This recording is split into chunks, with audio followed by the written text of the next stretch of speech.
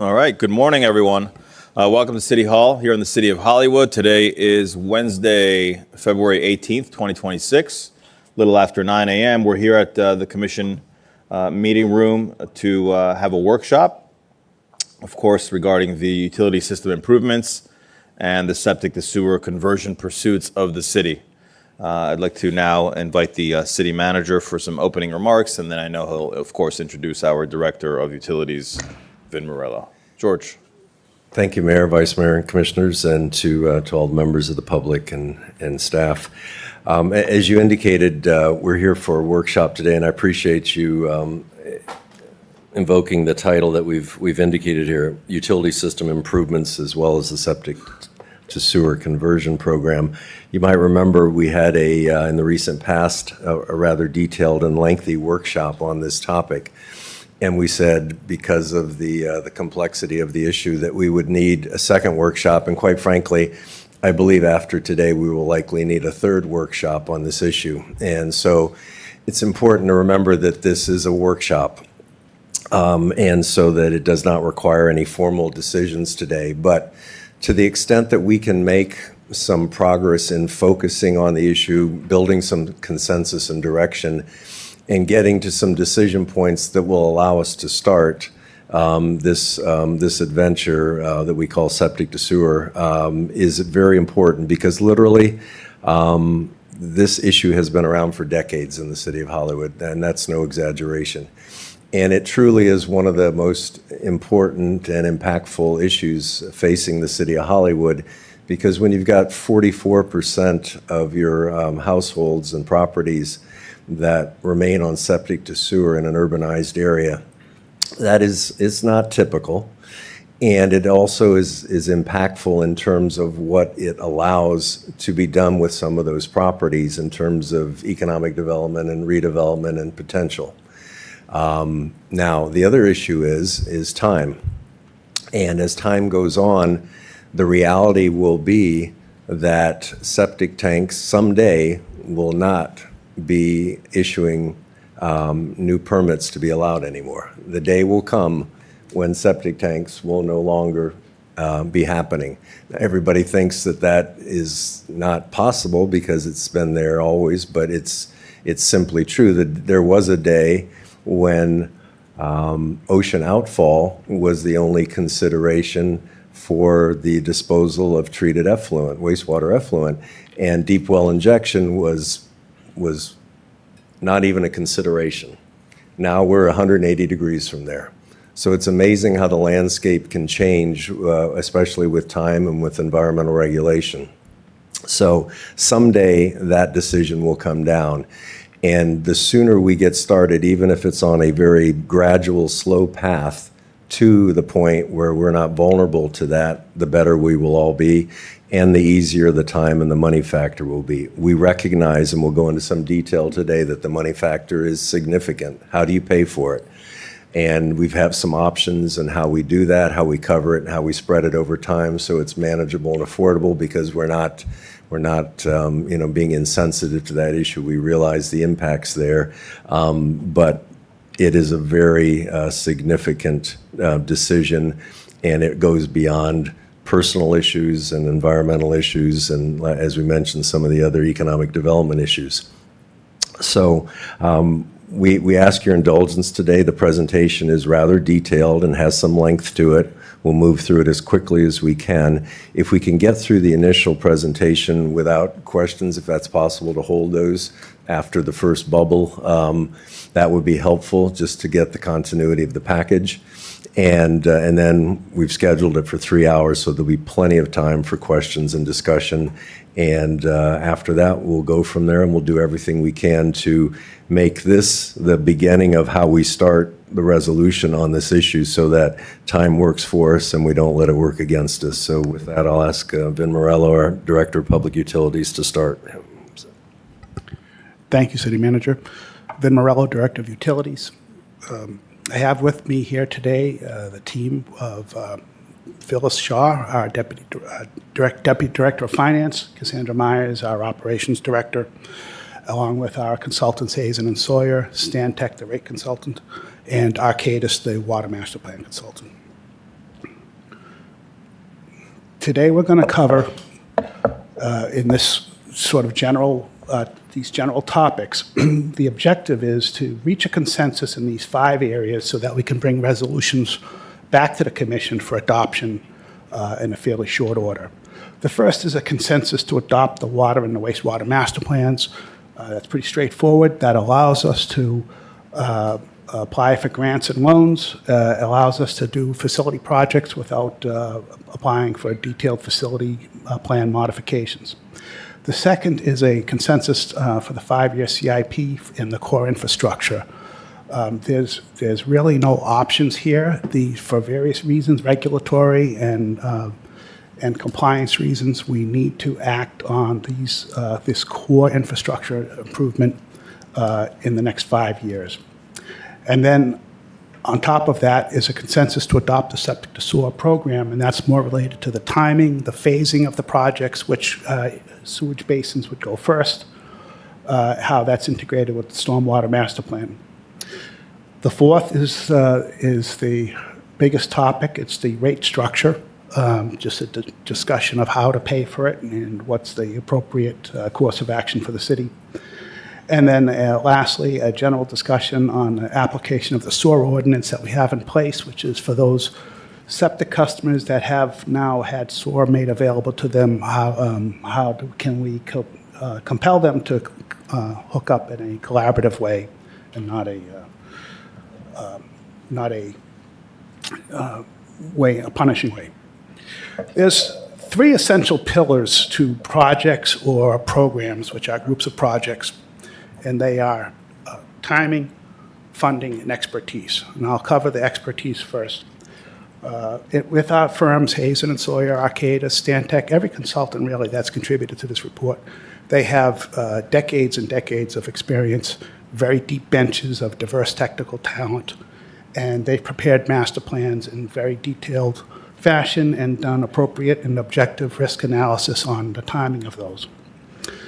Phyllis Shaw is Deputy Director of Finance. She has decades of experience in utility finance operations and brings a wealth of knowledge to the utility. And Cassandra Myers, she has decades of experience in operations and compliance with utilities and brings a depth of knowledge as well. My background, starting in Boston, was on the Boston Harbor project. It was a $4 billion project to clean up Boston Harbor, and that situation there was that the utility was centuries old. They had commingled stormwater and wastewater infrastructure so that when there was heavy rains, the soils would back up and raw sewage would pump into the Charles River, the Mystic River, the Neponset River. And then when it did reach the treatment plant, the state had opted out of the Clean Water Act funding available at the time. So the treatment plant was never upgraded, and it dumped raw sewage into Boston Harbor. And so that's the utility environment that I entered into. And so my expertise is in developing CIP programs that are built off of court-ordered or regulatory mandated requirements, standing up those CIPs and then resourcing them with staff and funding to execute. I brought that expertise to Broward. Broward was confronted with a building moratorium due to capacity issues. They also had dealt with the ocean outfall. They also dealt with injection well regulations. So I similarly stood up a CIP program there and implemented there. And Miami-Dade, similarly, they were under a consent order, and as well as ocean outfall and a number of other issues. And I stood up those CIPs there. Coming to this city, we're confronted with a similar challenge. We'll have compliance, regulatory mandated deadlines that must be adhered to. And so we've developed a detailed plan to stand up that CIP. We have the expertise on hand to implement it. And so it's just down to finding a path forward for the city to fund it and move forward. I asked the consultants to take a look at all of the emergencies that have happened going back to 2020. And I marked those emergencies in yellow. As you can see, this aerial photo of the wastewater treatment plant, is almost entirely yellow. And I'll just walk you through some of the emergencies. You've heard of them, but I thought maybe if we went through them in a linear way, you would have the context of the urgency and the time scales that are driving this project. So when I came on board 3 years ago, I did a physical inspection of the treatment plants, of course. And so all the infrastructure that I could see, pump stations, water treatment plant, wastewater treatment plant, were in a severe state of disrepair and neglect. In fact, the utility had been underinvested in years. The average CIP for the utility, going back to like 2017, with two notable exceptions for the big project of the deep injection well, the average utility investment for water and wastewater was $25 million a year. That's entirely inadequate for a utility, especially a regional utility of this size and responsibility. So what were the outcomes of that underinvestment? Well, influent gravity line, as the entrance to the plant was a 48-inch gravity line, that failed in December of '22. And that was a $6 million repair. It took a year to repair that. So it served all of Dania Beach and northern part of the city. The bar screens, however, were the tipping point for DEP regulation. The bar screens failed in November, I believe November of '20, and then again in May and June of '22. Those failures caused the DEP to begin to develop a consent order, which they would ultimately deliver to the city in '24. What the bar screens do is they screen out all the sticks, twigs, rags, things that come to the wastewater plant that would clog up the treatment works. When those bar screens failed, the only option was to remove them. That removal allowed all that debris to get into your treatment plant and clog up all of the treatment works. So starting with your clarifiers, starting with your grit chambers. The grit chambers were completely clogged, so they were unable to capture sand and grit in the treatment plant before it got into the treatment works. That meant that sand and grit got into your sludge, your biosolids, all of your oxygen treatment equipment, all of your clarifiers, and caused disrepair and excessive wear and tear throughout the plant. Following that, the clarifiers then failed. About nearly half your clarifiers failed. The oxygen aerators, what you have is a small footprint for a wastewater treatment plant. Normally, the plant would be twice as large and land area-wise than you have. What allows you to keep a small footprint is that we're an oxygen plant. And we basically supercharge the treatment process with oxygen, and that allows you to keep a smaller footprint. But the oxygen mixing chambers were all jammed up with debris, bending propellers, bending equipment, jamming nozzles. We're in the process of repairing those. The oxygen plant itself failed in April of '22, and then again in April of '23, where we had to ship in liquid oxygen to augment that plant while it underwent very intensive repairs. We just passed a change order last commission meeting to bring in more liquid oxygen. That's to support an unplanned outage as well. The outfall pump station. Okay. Okay. All right. So the core investment, what we're calling the core investment, thank you. Thank you, Commissioner.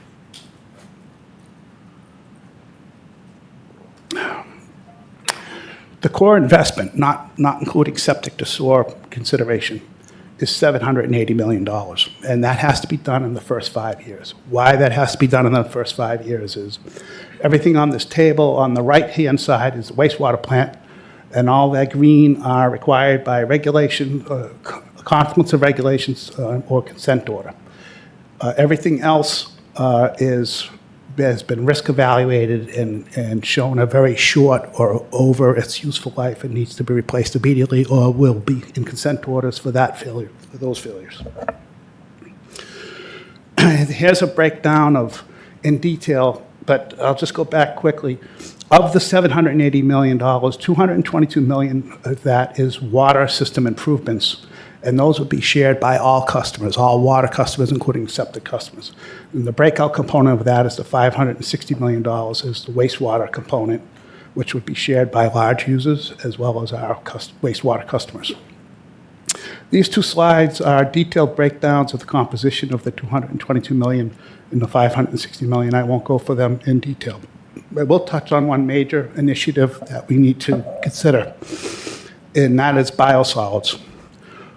We have been land applying our biosolids since the inception of the facility. Over in the right-hand corner of that slide, you'll see that the number of land application sites for various reasons have diminished since 2019. There was 140 in 2019, 130 in 2021, and we're down to 58 currently permitted sites. Senate Bill 290 ended Class B biosolids land application. Most of the utilities in Broward County develop a Class B type sludge. It has certain restrictions, but they generally had no issues with land applying other than the reduction in the sites due to competing economic interests for the land. The state's now officially outlawed that as of this year, and the land application will end in 2028. So they've initiated a regional biosolids facility, and it's incumbent upon us to join that facility, and I'll get into the reasons why. Senate Bill 1474 and Senate Bills 1294 are looking at the Class A sludge. So the window for even our land application of our sludge is closing. The regional biosolids facility has a deadline. They're starting design this year. We either need to buy into that facility or lose our place in that facility, and that's a tremendous opportunity to share costs with as many partners as possible, not just our 6 municipal partners, but broadly across the county. So the reason for the diminished land sites is just competition for the agricultural land. There's just more lucrative uses for the land other than livestock raising. And lastly, EPA is beginning to turn their attention to the PFAS concentration in biosolids. And once they do that, biosolids, any type of biosolids land application will likely be outlawed. So when you consider all of those factors, the nexus of it just draws us to the conclusion that we need to join the regional biosolids facility. So here's the total program broken out by septic to sewer expansion, broken out to 17,000 accounts. The total water wastewater master plan is $2.7 billion. We took a main use case of 6,500 cubic feet of water per month just to get a general sense, and we use this. We'll call this the reference use case throughout the presentation, just to bring the numbers down to a scale that's digestible. We have a cross-section of all the use cases, but just to kind of have a common reference point throughout the presentation, we'll use this use case. So just the core program, the required investment, there's no options, is $780 million. And what that translates into is over a 5-year period, and we are discussing a 5-year rate here. This is just a 5-year rate plan. It will go up by 24% a year for the first 3 years, then sort of level off. But the net cumulative effect is that 5 years from now, if you're paying $98.96 a month for water and sewer today, 5 years from now, that same rate will be about $209 per month. Then we factored in various durations of septic to sewer. And what we found is, you're in this, once you've escalated the rates, for a little bit more, you can have the septic to sewer program and tie the entire city in. Here are all the use cases. This is available once you zero in on a rate that in a program that you are interested in or there's a consensus around, so we can dial back and we can look at what the whole use case is across all of the customer base. We've also factored in the bottom line of people's utility bills is that there's sanitation and stormwater on there. So we've taken all the use cases of this reference use case, and we've added the $49 sanitation charge and the $22 per ERU per month stormwater charge. And so you can see on the core charge today would be $168. And just the core investment would be $289, and then following all the way up. So we have those numbers available for the discussion later on. So what we've done here is cash flowed the program to show how all of this work can be fit together tightly for an effective package, an effective use of time.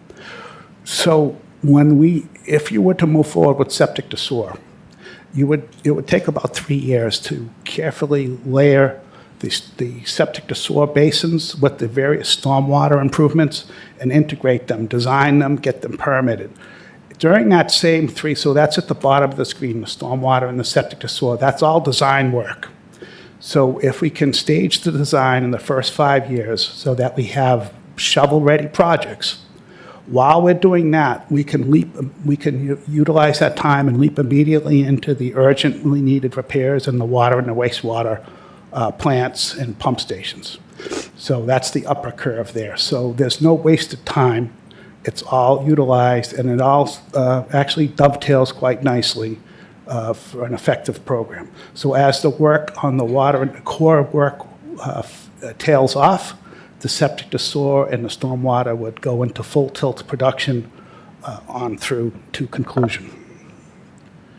The advantages of structuring the program in that way is we can allocate a modest $40 million to fund the first phase of septic design that would be constructed that would be designed between 2027 and 2031, and construction would start thereafter.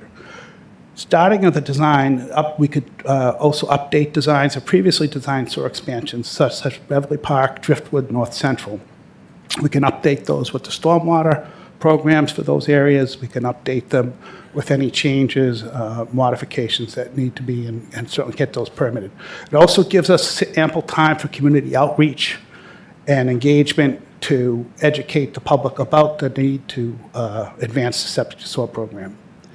And then we also have time then to consider city integration of streetscape and beautification projects to top off the completed septic to sewer stormwater work. So as you're aware, as a utility, we go in and we place the underground infrastructure. We don't really have budget for sidewalks and landscaping, but this is an opportunity to really come up with a value-added product at the end. Of course, integrating the stormwater project designs, and then fully designed projects were shovel-ready, which qualifies them for WIFIA funding and any other grants that may come up in the next several years. So with that, I'll bring up Phil Cook to discuss the physical timing of design of the septic sewer program.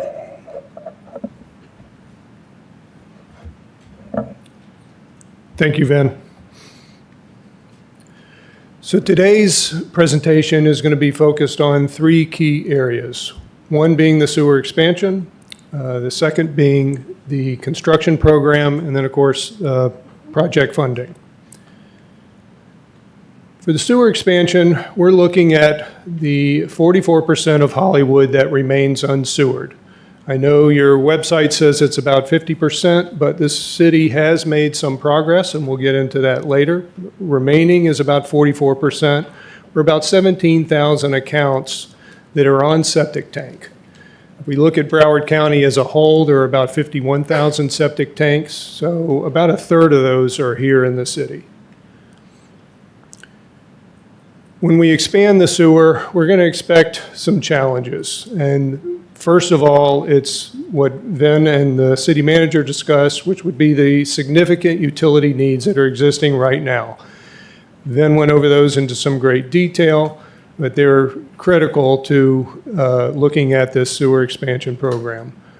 Also, we've got limited capacity at the wastewater treatment plant. We'll touch on that a little bit later. And then, of course, there is the program cost, which will be a challenge for sure. So the utility needs, we want to take those into account when we look at expanding the sewer system. Based on the water master plan, the wastewater master plan, and the stormwater master plan, there is plenty of work to be done in these unsewered areas. So we don't want to come in and and change out the water lines, and then come in a few years later, change out the stormwater lines, and then come in years later and add sewer extension. We want to do it all at the same time if possible, and all of those items have a priority associated with them. So we want to take that into account for any expansion that we do. Looking at a 15-year program, we've itemized this into phases of 5 years each. So this is what a 15-year program would look like over those 3 phases. The other question is, why do a sewer expansion at all? What are the drivers for that? Certainly, environmental protection is first and foremost. We know that septic tanks impart nutrients into our waterways and into our groundwater, and that's not a good thing. We get our drinking water from the groundwater, so again, not a good thing. As the city manager talked about, the county has been focusing on septic tanks, and we would anticipate that at some point in the future, there would be a moratorium on new septic tanks being approved. Further economic growth in the city is a very good reason for expanding the sewer system that allows the property to expand to an ability that can go beyond what a septic tank can handle. And then, of course, eventually, we would expect that a county or a state mandate would eliminate septic tanks altogether. We saw this in the Florida Keys about 10 years ago, around 2015. They outlawed septic tanks and converted everything right away. We've seen it more recently in the central Florida, central part of the state, where the springs have a value that's been deemed very important. And so we've seen septic tanks being outlawed in the areas where we have springs in central Florida. Another challenge is going to be the capacity that's available to the city at the wastewater plant. The plant has a capacity of 55.5 million gallons a day, and of that, Hollywood has reserved 21.8 million gallons a day. If we look at where the city stands now on the 56% that is sewered, we're a little over 20 million gallons a day. Now, we know a lot of that is inflow and infiltration from aging infrastructure, leaking pipes. They're actually leaking the groundwater into the pipes, so that is increasing the flow that's going to the plant unnecessarily. If we remove that I&I through an inflow and infiltration program, which the city has already embarked upon, we can remove a good portion of that inflow and infiltration. We're not going to be able to remove all of it, but we should be able to remove at least 50% of it cost effectively. If we can do that, we can extend the capacity at the plant out to about the year 2060. Another challenge is going to be relevant to the homeowner themselves. Each homeowner would, to convert to the sewer system, would have to pay that reserve capacity charge for that capacity at the plant that we just talked about. They'd also have to pay to abandon their septic tank. That has to be professionally done by a plumber that's licensed. As well, they would have to connect their house physically to the sewer system itself. The way the city code reads right now, that lateral out into the right-of-way is the responsibility of the homeowner. So even within the right-of-way, the homeowner has that responsibility. That's going to be a key point to that inflow and infiltration mediation that we talked about. About 70% of inflow and about 50% of the rain-derived infiltration comes from leaking laterals. So when we do this program, we want to have the ability for the city to go and fix that and not have to stop, go to the homeowner, tell the homeowner, you've got to fix this, and sometime later the homeowner gets around to fixing that. So it would make more sense to put that responsibility on the city to take care of all the infrastructure within the right-of-way. Unfortunately, the code does not read that way, so we're proposing a change to the ordinance to make that responsibility rests with the city itself. That's going to facilitate that I&I program, and it's also going to increase the responsibility of your staff. Likewise, the responsibility of staff is going to be increased from the sheer expansion of the sewer system itself. We would expect about another 170 miles of gravity sewer with that expansion, and about another 55 to 60 pump stations. So more to take care of, more staff would be needed. And with that, we'll talk about the construction program with Cassandra. Thank you. Mayor, Vice Mayor, Commissioners, City Manager, staff, and guests. I'm Cassandra Myers, Assistant Director of Operations with Department of Public Utilities. And I come here today just to kind of follow up on what Phil just shared with you regarding the ordinance change and how it will affect how we do business within the utility and within the City of Hollywood. I want you to keep in mind what Phil shared with you about the ordinance and the I&I change. What happens here is the city is proposing to modify the ordinance to limit the homeowner's responsibility. The right-of-way maintenance will then fall under the responsibility of underground utility staff. And I also must add that I am also leadership for the underground utilities team. This change for the underground utility, it will allow the city to make immediate repairs to homeowners as opposed to having the homeowners hire plumbers or contractors to come in, multiple locations being removed and repaired by homeowners. And also, as Phil mentioned, the I&I is a very important issue because what we found is a lot of the laterals that have been improperly repaired and maintained are part of the I&I issue. So the proposed ordinance will change significantly how the city's operational responsibilities compare to the current system, shifting key maintenance from homeowners to city staff.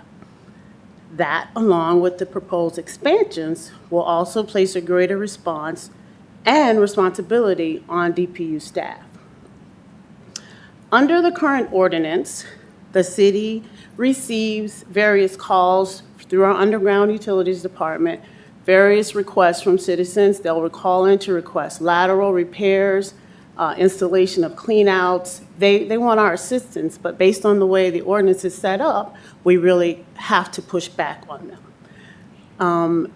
We also get a pretty large number, from 300 to 400 calls per year for citizens asking for assistance with clogs. They have roots in their line. They may have racks. They have various things in their laterals from their homes.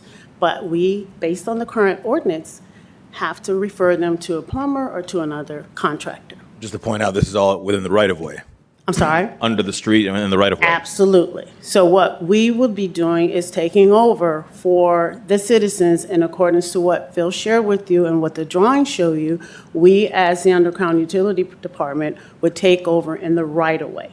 So that would, the responsibility would be with the citizens up to the right-of-way, and then we, as opposed to current system, we would take over to assist, repair any type of installations in that right-of-way. Going forward, in addition to what we're looking at in expanding the system, we also want to take a little bit more responsibility in assisting our citizens with things like 2-inch lateral replacements. We also have issues with small valve and line installations, meter replacements, larger ones. We do those for smaller. But this is an example of the type of calls and the frequencies at which they come in. The last thing is we, at the utility, take into consideration the stormwater program, which is expanding. So that staff, we would also assist with culvert replacement and culvert expansion as time goes along.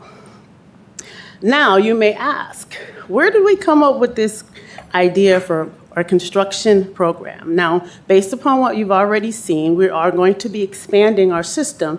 So expanding the system means that we'll need to do more support for our citizens. In doing that, what we did, my staff and myself, we did a little benchmarking. We looked at some other cities.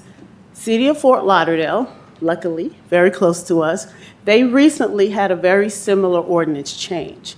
When they made that ordinance change, they decided and they came up with what they call their lateral repair and maintenance team, also could be considered an in-house construction program. So going forward, the City of Hollywood would like to model the City of Fort Lauderdale's program. So what we did is we kind of spoke with them, spent some time with their team, and we realized that we would need to add between 17 to 18 staff members over about a year's period of time. Now, we're basing that number on what City of Fort Lauderdale has right now allocated to handling these additional types of services. These staff would be added over a one-year period, taking into consideration hiring, onboarding, and training them. Staff could be and would be expanded if need be, should it be required that the lateral installation program that we do in-house goes beyond that to be a support mechanism to the septic to sewer program. But at this time, I want to make sure that we understand that that expansion is something that we will plan for if we're going forward with the septic to sewer program in 2031, but it is not confirmed that it is the best saving for the city, but we will plan for that nonetheless. Going forward, we do know that as a construction team, we would need additional equipment, additional services, things like the restoration services, maintenance of traffic. But the one thing that we know more than anything, we would need a robust public engagement service. And we realize that because anytime we're going to be working with and for our citizens, we want to make sure we're communicating with them. So as a preliminary, I just want to give you, this is based on the 20-year program, but I just want to show the preliminary program schedule includes staff increase, equipment procurement, training over the first couple of years for the required lateral installation. Now that is required based on the ordinance change. So we will need staff to do that no matter which way we go with this.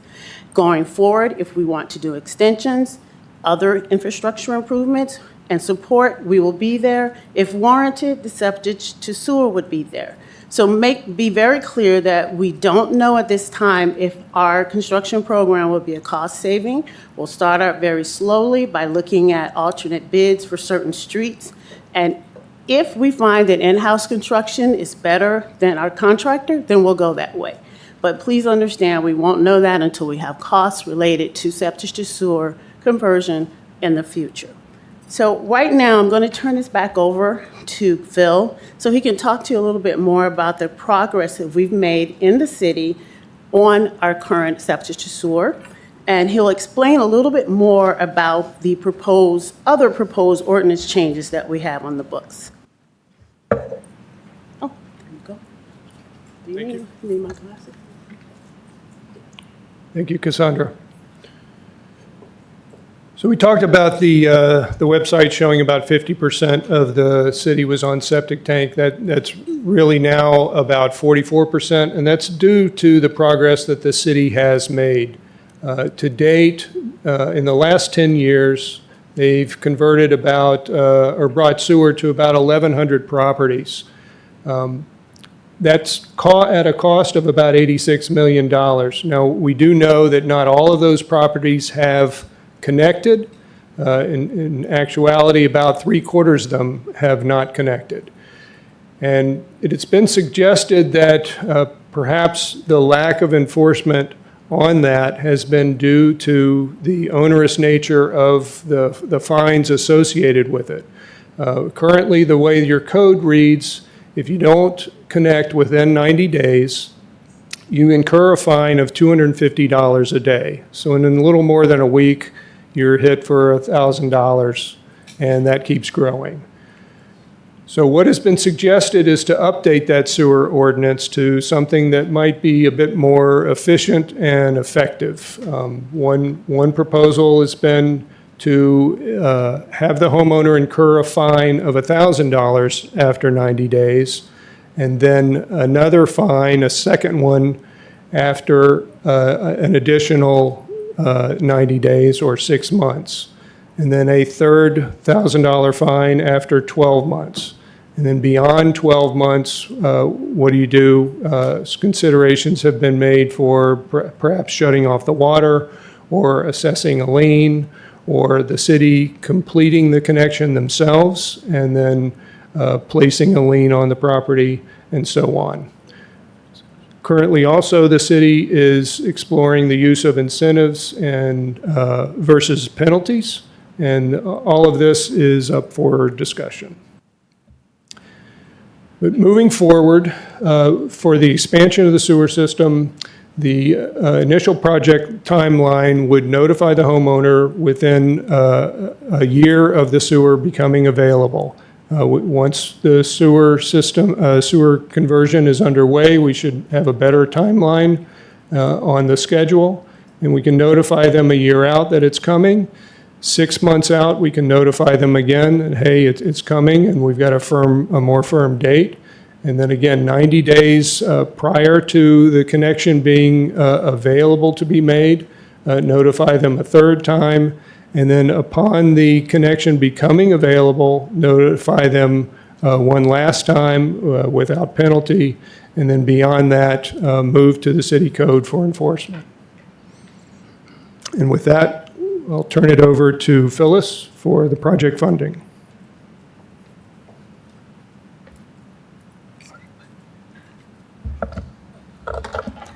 Mayor, Vice Mayor, Commission, City Manager, guests, and city staff. Good morning. Phyllis Shaw, Deputy Director of Finance and Department of Public Utilities. We know you've been waiting patiently for the funding because this is your best part. So I'll try to get through it as quickly as I can. And our Director, Vin Morella, covered some of the areas in funding, so this portion will be a little bit quicker. Let's take you back to last year. Many of us, we worked tirelessly with our representative on HB 1123. 1123 is what I considered Hollywood grown. This was our bill. We worked tirelessly, and many of us even drove our flew to Tallahassee to support this bill. And this bill was approved on June 3rd, effective July 1st, 2025. This bill gave us the opportunity to fund critical projects that would need to be funded using our sewer dollars. As we look at our capital needs, and it's been mentioned over and over that this is the first 5 year of this program. And the septic to sewer program, ranging from the least aggressive to the most aggressive, starts at $68.2 million, all the way up to $520.3 million. We also want to look at the current year funding, which is the all other master plan project, if you look at what's on the screen. And that is the $781.3 million that has been mentioned over and over in this. This is just the near-term project. This is just to keep us afloat. However, when we include all of the other projects, the septic to sewer, the master plan, and the other project, the borrowing portion on the right-hand side, you'll notice between 26-27 all the way through 2029, the aggressive amount of funding we'll need to cover those projects. That is what we'll need to go out and borrow.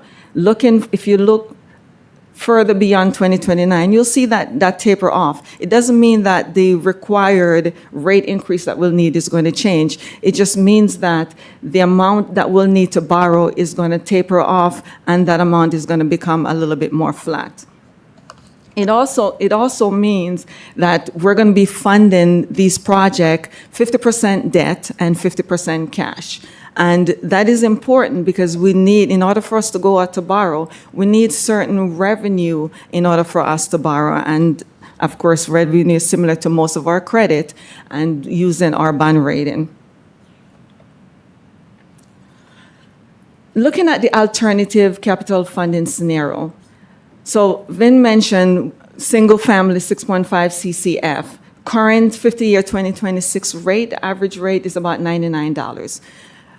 Go with me with the core program, $781.3 million, with a rate increase up to through 2031, it will be about 110.9% increase, $208.71. Now, this is for only water and sewer customer. It does not include sanitation, which is currently $47, or stormwater, currently $22.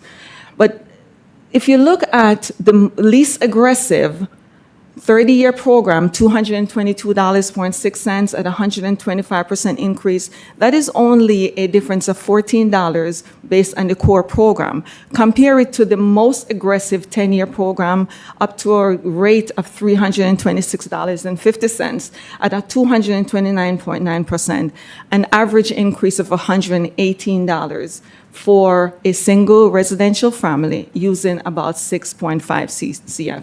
And this tells you that while we need the core program, we also need to really look at the septic program, because just the 30-year program, that is only a $14 increase. And I'm going to turn it over to Eric, and he's going to go into details and look at more bill comparison, also compared to other local cities and the proposed increase other cities may have. Thank you. Thank you, Phyllis. Good morning, Eric Rao, Principal of Stantec. So to provide some context, we pulled together a benchmarking of typical water and sewer monthly bills for the area. And so this survey includes each of the city's large sewer users as well as immediate neighbors of the city. And if we look at the survey, this is current water and sewer bills, so no sanitation, no stormwater. Again, it's a typical bill, so this is looking at that 6.5 CCF of monthly water demand, so that typical customer for the city.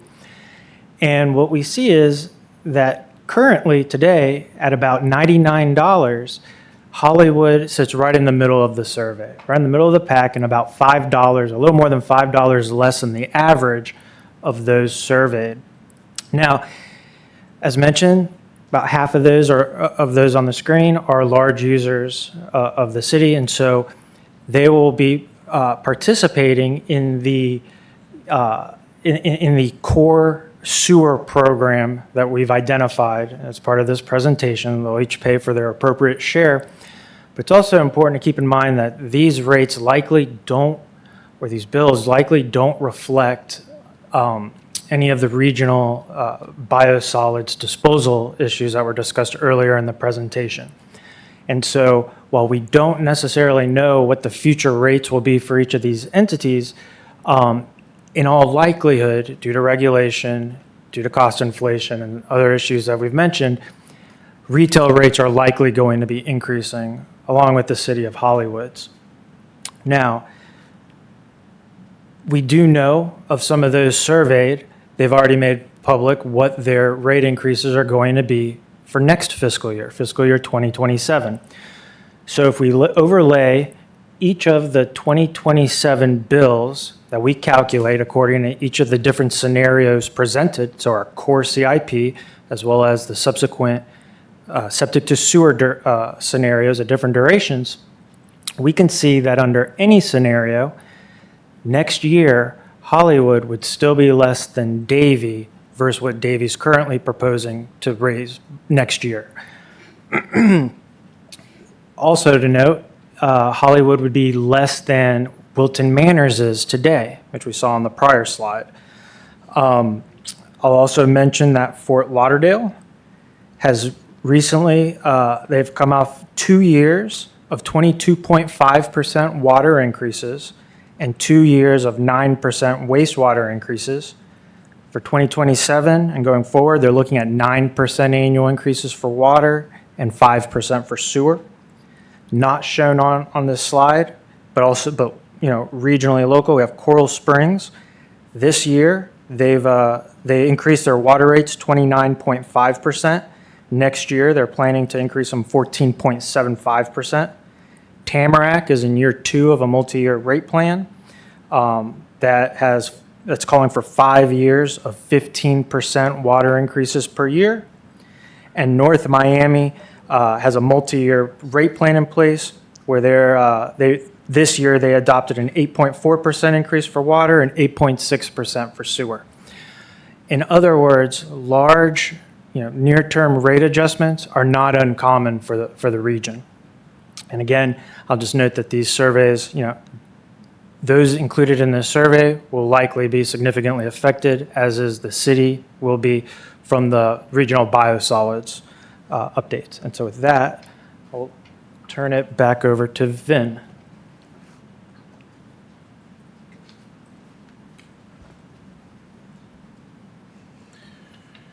Thank you, Eric. So in the final analysis, we've gone over the expertise, which you've heard, experts whom you've heard from, the timing, the drivers, the regulatory compliance, and the market drivers for the core program, as well as the imminent elimination or mandate for elimination of septic, both new and existing septic systems that are driving the eventual sewer expansion. So the numbers, as large as they are, we provided the context for the urgency and the necessity of these repairs. And with that, we're opening for discussion. Well, thank you, Vin, and the team for all the effort into presenting us with a comprehensive outlook. I think that's what we've requested. I think also within the context of the investments that we've committed to make through the Stormwater Master Plan, the combination of that together with water and wastewater is certainly, as was mentioned, a necessary exercise to be able to implement what we are seeing as, required upgrades, both in the stormwater realm and in the water and wastewater realm.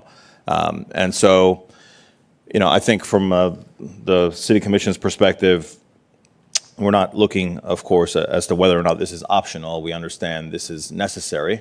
I think the policy issue for us is to look how we are able to implement this in a way that, of course, is responsible in response to the need for these investments to upgrade the infrastructure.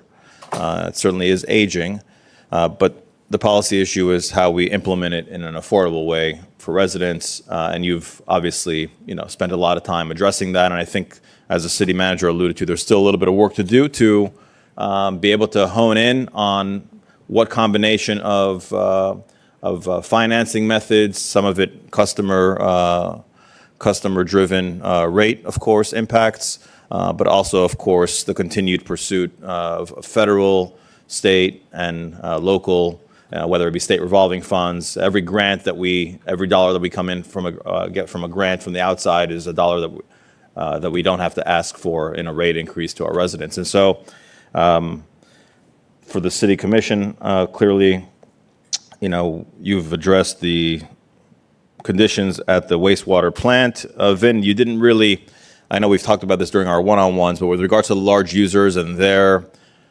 contribution or responsibility for a portion of that $559 or so million on the plant side of things, on the wastewater side of things, what portion of that 559 is borne by the large users, and how does that play out? And is that dollar figure already reflected in your projections, or you didn't yet set aside and take into account their contribution? The rates depicted reflect the large users' contribution already. That's already factored in. And Okay. But then with regards to the $559 million that you showed for wastewater, is that net of the large users' contribution, or is that contribution coming and taking a part of that? they're taking a part of that. The exact percentage of that, Phyllis may have. It'd be good to know the general, percentage, so we were aware. And the $559 million, approximately, and I'm sorry, I need to get to this screen. Removing the septic to sewer portion of it,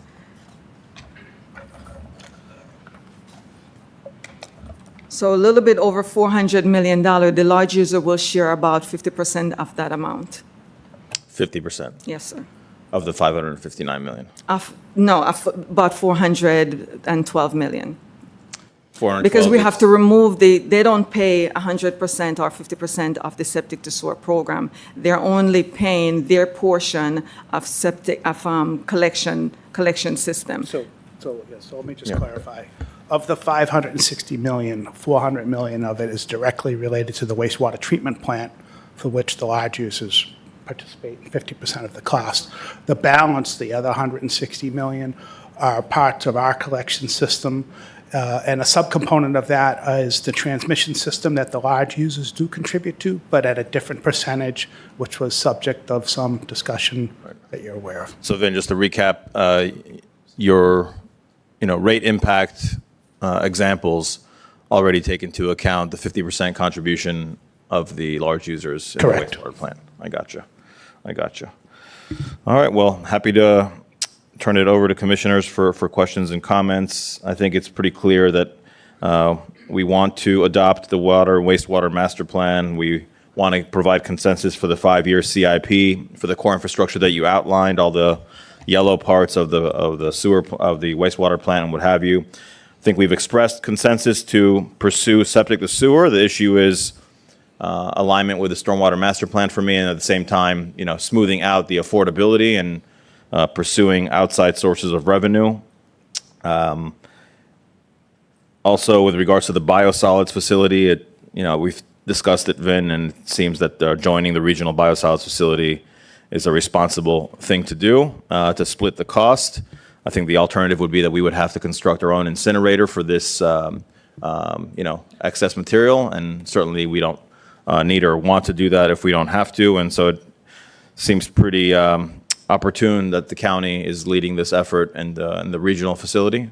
Of course, we'd want to make sure that, our buy-in into that facility is a reasonable figure and the county is acting reasonably with the member cities. And I think you've alluded to that is the case. But certainly, of course, we want to continue to make sure. Do you have any feedback on the savings for us and how opportune this is? And It's simply, as you described it, it's the opportunity to share the risk with as many partners as possible, to not miss our window.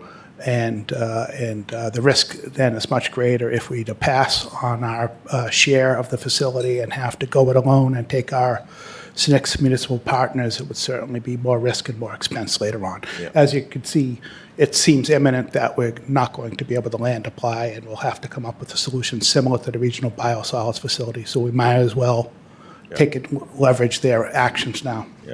Yeah, I'll just end it by saying that at the end of the day, the issue here is affordability by our property owners, and what we'll have to consider in the months and years ahead is how to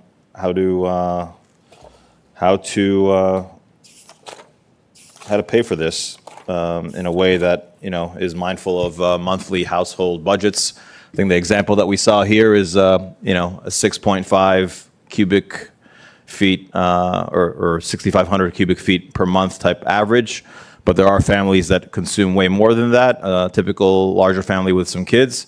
And so some of the monthly bill impacts that we've seen here can easily be double that if I don't know what number that slide is that showed the 13,000 cubic feet and what have you. But I just want, of course, all of us to be eyes wide open on the impact to larger households. Slide 10. Slide 10 shows that cost. And also on businesses too. Let me just quickly here.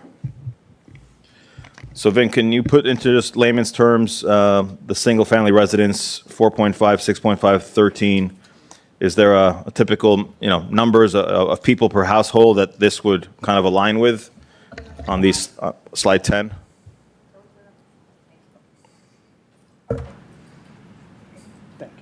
I'll bring up Stantec, who developed that cross-section and what the basis of it was.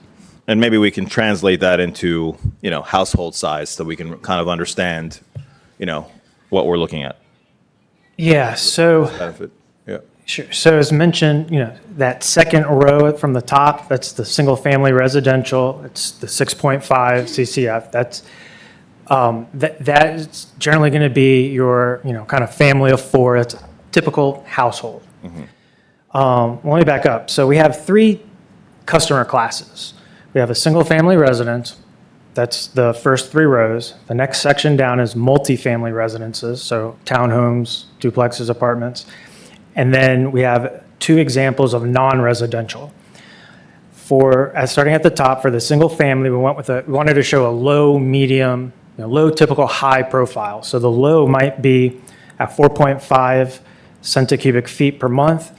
That's, probably an elderly couple living in a small home. At 6.5 CCF, that's going to be, again, your typical, family of 4. At 13 CCF, that's going to be your larger family or maybe a larger home that has aging fixtures.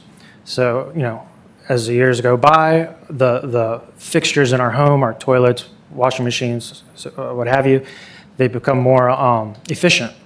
So if you don't have the newer fixtures, that is going to lead to more usage per month. So that's our low, medium, high. So what size household would you say the 13.0 is? That would be your larger, maybe if you have maybe like a 6-person household. Plus, yeah. Yeah. For the multifamily, we took a similar approach, kind of a low and a medium. So for low, we went with that same 4.5. You can see that the monthly bill is slightly less than single family because there's a factor that multifamily pays relative to single family that will keep it a little bit less. But in essence, 4.5 is, a smaller apartment, 6.5 is a larger apartment. And then for non-residential, we looked at 2 examples. One being a 5/8 inch connection, so that's akin to a single-family residential home. For that case, we looked at 13 CCF per month, and that would represent maybe a smaller cafe or an office complex. We also looked at, because non-residential, is likely to have have a connection greater than the 5/8 inch. So we looked at a 1-inch connection and assumed 100 CCF per month. Under that assumption, that would be maybe a larger restaurant or a manufacturing facility. And so these were, example use cases to kind of reflect, what the change in monthly bill might be from year to year. But the key takeaway is that while the dollar is different depending on your usage and your customer type, at the end of the day, it's across the board. So under our core program, where we assume no septic to sewer, all customers' bills are going up 110.9%. Under the 30-year septic to sewer program, it would be 125% increase across each of those customer types and use cases. Yeah. Last, Vin, I'll just mention before I turn it over to the commissioners for questions and comments and consensus, is how much we gain from the inflow and infiltration program. It's pretty significant that you mentioned in the slides that we, with our 21% reserve capacity at the plant, once we tackle inflow and infiltration, you showed that the existing plant and its capacity can satisfy the city's projected growth through the year 2060. So it's amazing how much we have to gain in capacity by, plugging the holes, so to speak. And it was surprising, and I think the great part is that reason why I feel comfortable with and obviously very fortunate about that is because I think if you compare, and I think the method that you explained to me is that you know how much the users in a particular lift station area are consuming through their meters, the total meters. Let's just say it's 1,000 CF for the whole area, and then if the same lift station is taking in 2,000, and it's processing, then somewhere between the meter and that lift station, there's an extra 1,000 of inflow just happening, and it shouldn't be. And so maybe you can just share for the public's information how that works and how that allows you to target exactly where you know already there is infiltration. And so as you prioritize inflow infiltration, investment in time to gain capacity and to fix, and to reduce the load on the wastewater plant, that you do have a targeted method of doing that that's pretty precise. It is precise. It's a science, and it's its own specialty industry within the utility business.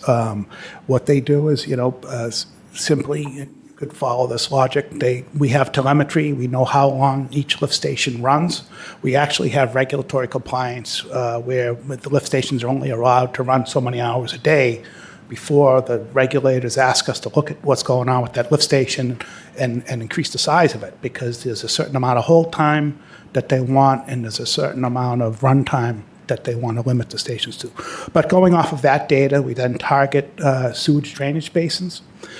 We have different methods. We can employ smoke tests, video inspection, because with the smoke test, they can just watch smoke leak out from the pipes and up through the ground, and wherever there's leaks. There's video inspection. There's an entire science of just calculating how much leakage is just by, people go to conferences and take tests so that they can watch a leak through a pipe and gauge how many gallons per minute that leak is, and that's how they calibrate and know how much I&I they're stopping. So it's an entire specialty. It is a science, and there's a lot that goes into it.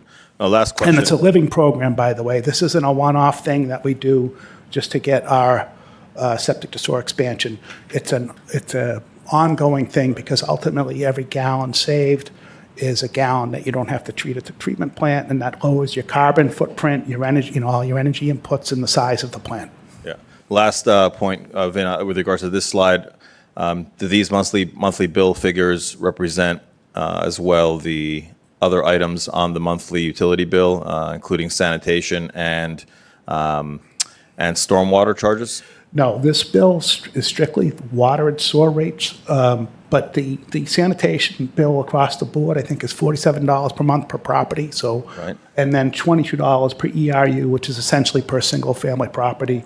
So if you just add those two figures to any of these numbers, you can get an idea. Yeah, I think just as we, city manager, as we get to the next stage here, I think we'll want a clear picture of the total monthly utility bill, because as we're looking at affordability for residents and how to throttle this with respect to that, I think we need to know, the complete. We did this graphic with the main reference case just to get an idea. So comparing that $99 a month to the $209 a month, those figures on the right. This includes it? Yeah, that includes the for that use case, the $47 sanitation fee and the $22 ERU fee.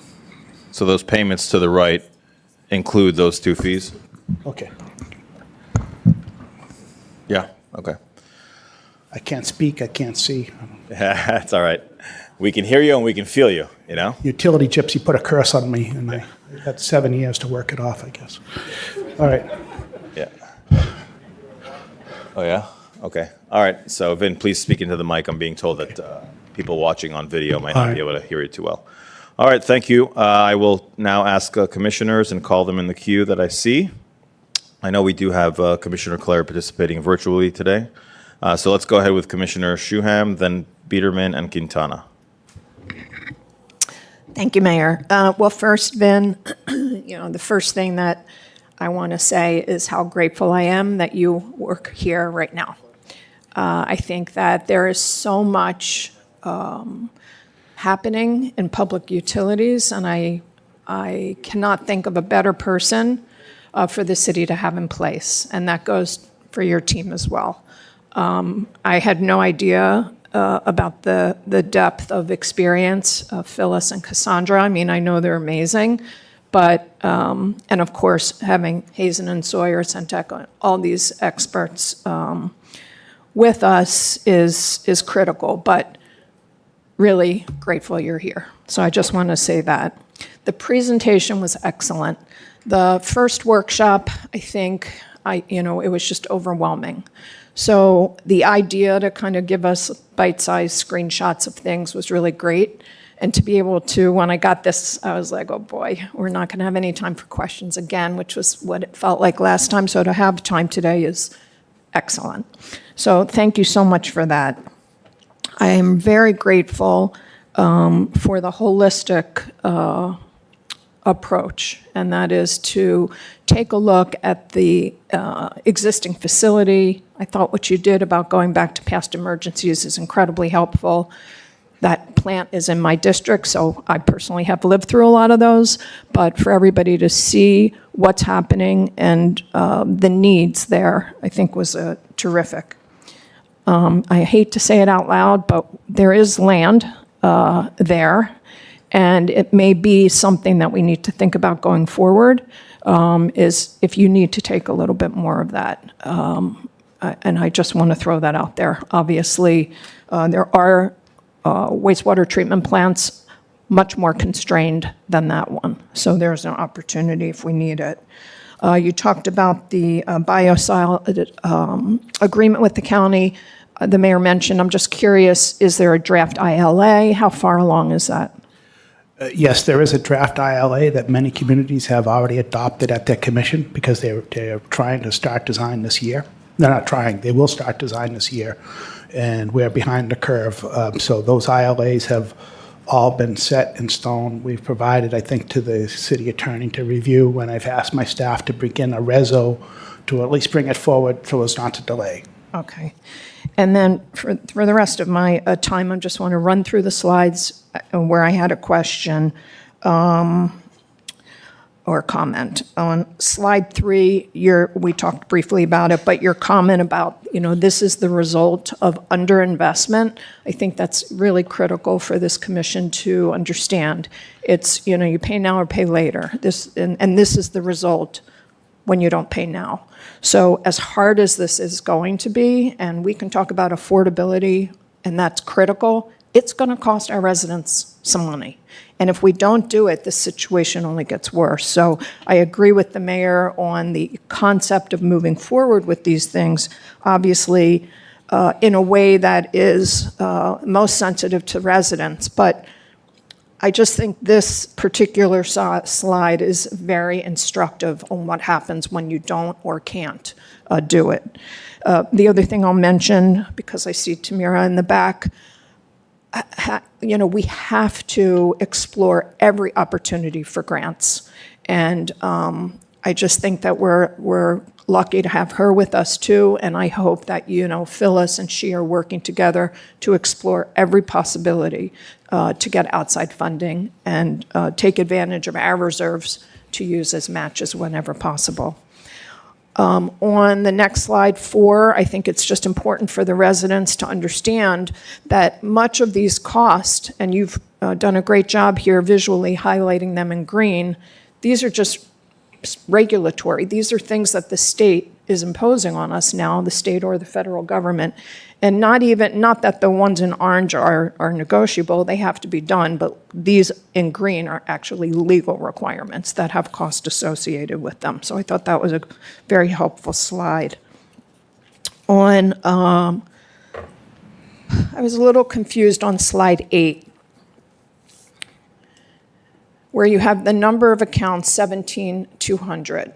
Is that the number of accounts that are currently on septic? Correct. So then when you get to the total program cost, so looking at just the slide, the first column, sewer expansion, is that 1.3 billion shared only amongst those 1,700 accounts? Well, that's in the discussion right now with how to fund that, but that 1.3 billion is the sewer expansion. That's the septic to sewer conversion. Okay. That's the cost to expand the system to those 17,000 customers. Okay, so it is not the intent of this slide to allocate cost to those 17,000. You're just showing us that there's 17,000 that have to be converted. Correct. Okay. If I were to break down this slide, the left-hand side is the 17,000 accounts and the $1.3 billion core cost for the sewer expansion for those accounts. The 1.4 billion is everything else, the core program over Okay. 20 years, and then on the far right is a total of everything. And, just for the sake of clarity, that 2.7 does not include stormwater. That's correct. And so to my point, again, about grateful to have your team, this is really, when we're looking at total utility infrastructure over the next 30 years, we're looking at closer to $5 billion. 4 billion. Yeah. Well, when we talk about the stormwater, we say 1 to 2 billion. We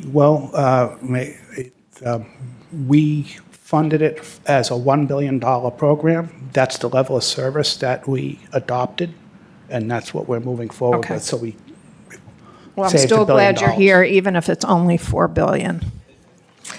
On the next slide, 9, I think, never mind, I see the answer at the bottom. Does the 2031 cost adjust for inflation? And in the footnote, it says yes. So that's for example, the $208 in line 1 for 2031 is not in today's dollars, that's in dollars in 2031. That's correct, and I could bring Stan Tech up to discuss it, but they factored in the It's okay, capital Stan. construction If cost. I'm as- wrong, you don't need to come up. Okay. I had just missed the footnote. Okay. Slide 12. I want to understand, I understand the green and blue, particularly blue, because we've talked a lot about the stormwater management plan and the massive efforts to design systems. And particularly, I'm thinking of the $40 million storm pump station that we desperately need in the east side. But why, in this overall program schedule, is there such an ability to accelerate the water and wastewater program? Are there no design components there that delay that work?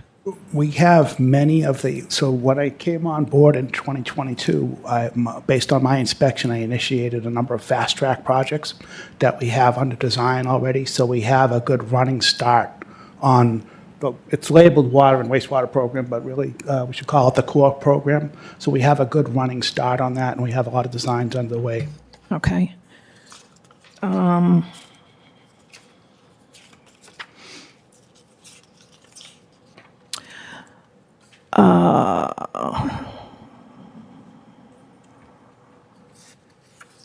Questions there? Okay.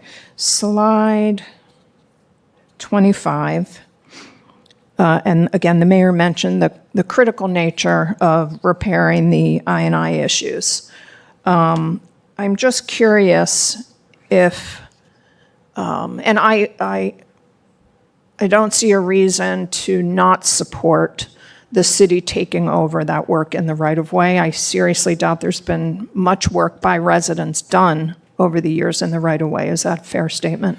That's a fair statement, and just as a matter of practicality, it's a dated ordinance. Right. It was probably to some advantage to the city in years back, but truth be told, if we're going to do I&I, we can't have 20,000 residents digging up the street 20,000 different times. Exactly. So as a practical matter, it makes a lot of sense, but also it allows us to correct the problem sooner, which, as the mayor mentioned, is so critical when you look ahead to want to extend the longevity of the existing plant. You have to do this. And I'm just curious if anybody looked at the cost of the city taking over the right-of-way I&I repairs versus the savings that you get from having the wastewater treatment plant allowed to function for an additional several decades. Well, Hazen and Sawyer happens to be the I&I program manager, and they have cost savings detailed in terms of gallons per day saved on I&I versus what you'd have to spend for a treatment plant expansion. I don't know if Phil has those numbers off the top. Don't need it today, but if we come back, I am curious about seeing that. significant. Okay, great. So again, that is totally something I would support. I just have a note to myself, cost-benefit analysis, which okay. So on that note, the homeowner then still has from its property line in. And is that an issue that comes up a lot within their property? And does it affect the system as a whole if they disregard their property? Or if the city takes over the right-of-way, does that alleviate concerns with ever having to deal with residents and the issues they're having on their own property? So it's been my experience as I&I programs become more advanced. So first, we're in the nascent stage. We just need to get under control the pipes in the right-of-way.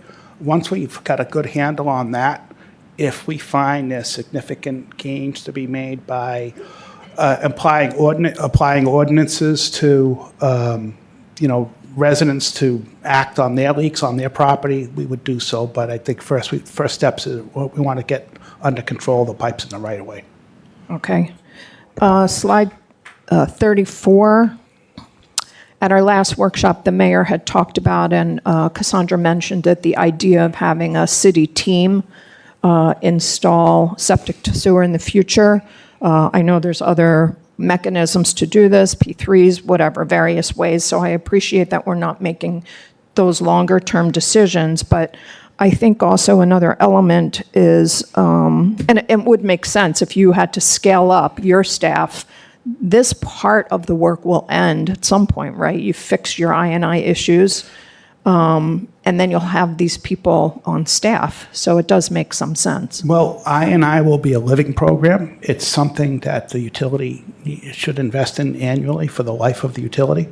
So we'll always have that because, as soon as you fix one pipe, another one fails. Okay. So there'll always be a need for that core group on the left.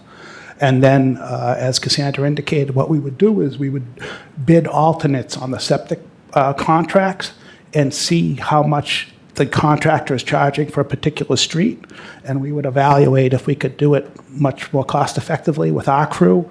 And what you're seeing on the right is our estimate of how much we'd have to scale up the crew to augment that contractor.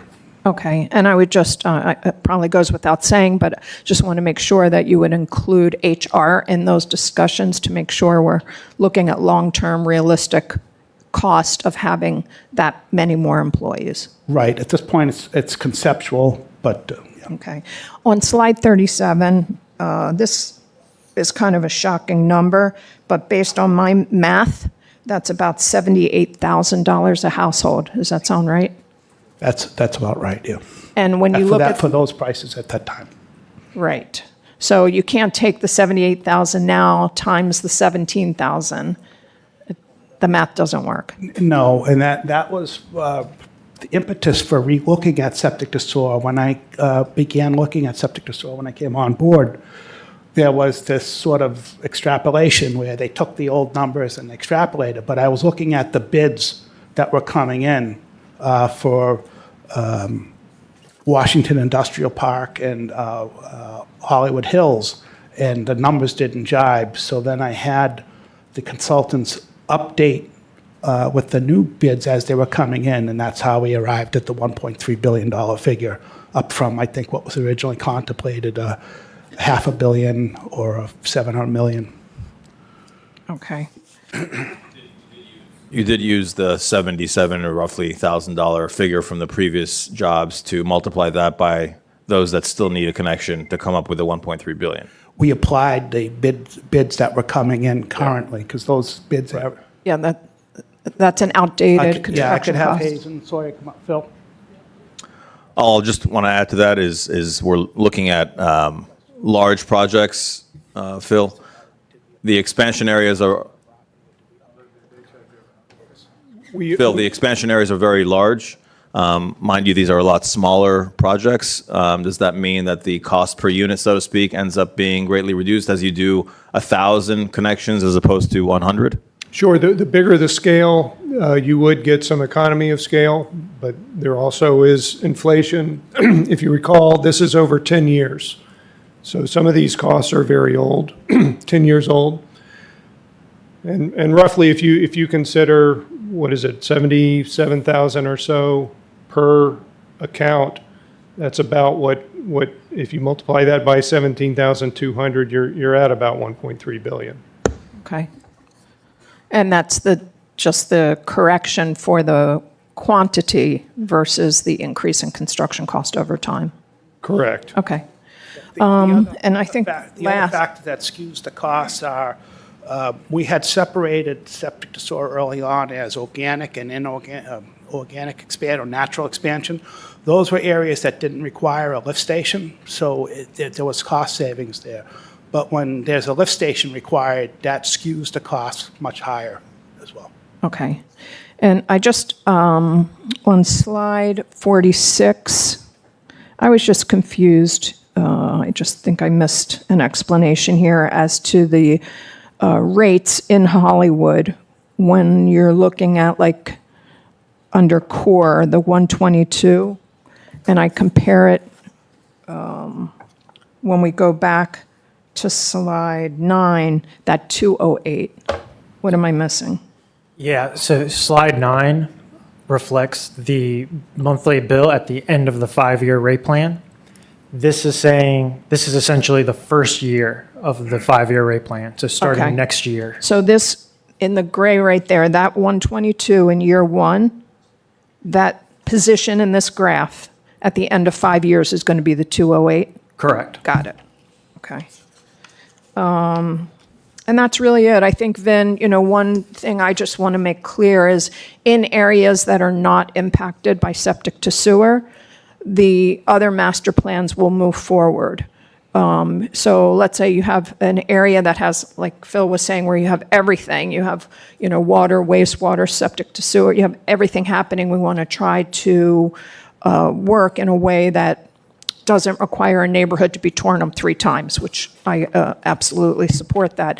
But in some areas that are already on septic, that are already on sewer, where you have severe stormwater issues, those projects will still move forward under the priorities that we've discussed previously. Correct. That's the $75 million fast track. Those will all proceed. What we're trying to do is make sure we work in those portions of the $75 million that fit in the septic to sewer areas, get those integrated, as well as the major basins to the east, the $300 million. Those are all unaffected. And then related to water or wastewater in the non-septic areas, pump stations, force mains, things that have been prioritized and identified as needing repair, those will be fast-tracked in that first 5-year period as well. Okay, thank you so much. Excellent, excellent presentation. Thank you. Commissioner Biederman. Thank you. I'm going to be all over the place. Couple of real quick ones is there a way to shift some of the rate increase to the commercial side and relieve the stress on the residential side? I'll wait for Stantec to, because they've probably So I'm modeled going this to touch different ways in different on the finances in a few times, so I'm sure he's going to answer the next question I'm going to have also. So this would be across the board for all customer classes. We have not done it, but we could be retained to conduct a thorough cost of service study that would where we would align the cost of service, or the cost to serve the commercial customers, and what the rates would need to be to generate or recover that cost. And we can break it up by customer class, but that would be that's a separate study that would need to be conducted. Okay, and when we come up with these rates here for the total bill, our water rates are tiered. The more water you use, the more expensive it gets. Correct. Does that coincide with the sewer, where the more water you use, the more expensive it gets, the more sewer we're taking off your property, the more expensive it should get too? No, so the sewer is I believe it's a flat fee. It's just whatever your water usage is, you'll be charged a flat sewer rate per each CCF of.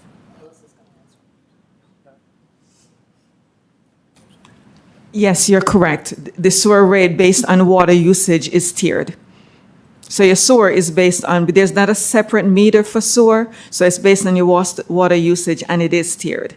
So is it based on the water usage, or is it based on the water charge? Usage. Okay, So if you use 6.5 CCF, we're going to calculate that tier rate based on the 6.5 CCF for your sewer. Yes, sir. all right, but that's not answering the question. For the first, there's a base rate for water, right? Yes. And then if you use the next level of water, the rate per cubic gallon or whatever it's called goes up, Right. okay? So is the sewer rate going to be based the same way, where there's a base rate for the first, 500 cubic yards or whatever? Cubic feet. Cubic, Yes, sir. cubic feet? Okay. For the first 500 cubic feet, the sewer rate is this, and then for the next 500, it's going to be a little bit higher to be tiered the same way the water Yes, usage is? but not the same way. So the sewer provide a longer tier than the water. So I believe it goes up to, the first tier goes up to 1,500, but I can get you Okay. the correct, but yes. I just want to make sure that's the way it is. Yes, sir. Okay.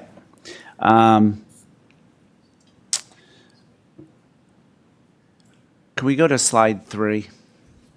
There was a lot of focus on that one earlier. So we didn't talk about slide 3 in the pre-meeting meeting that I recollect. Did I miss it, or?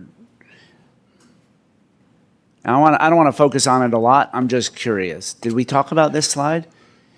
No, the presentations evolved since the one-on-ones as we tried to sharpen the message and emphasize the various elements. Completely understandable. My concern is that this slide is a sky is falling slide.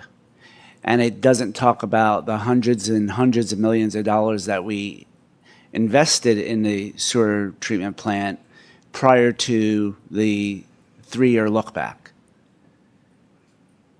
Right? What the slide, I get it. I'll agree, We've had it's a failures. sky is falling slide, but the sky is actually falling. This is all the emergencies that I've dealt with since 2022. I completely understand that we want to point out the need for reinvestment in the sewer treatment plant. Yes. And I'm not looking to say that, I'm not looking to say that maybe we were misled previous to you getting here. I'm just want to make sure that we're focusing, that the public knows that we haven't been ignoring our responsibility, that we did do investments, hundreds of millions of dollars we've approved on this commission prior to 2022 to try to avoid some of these things that we faced.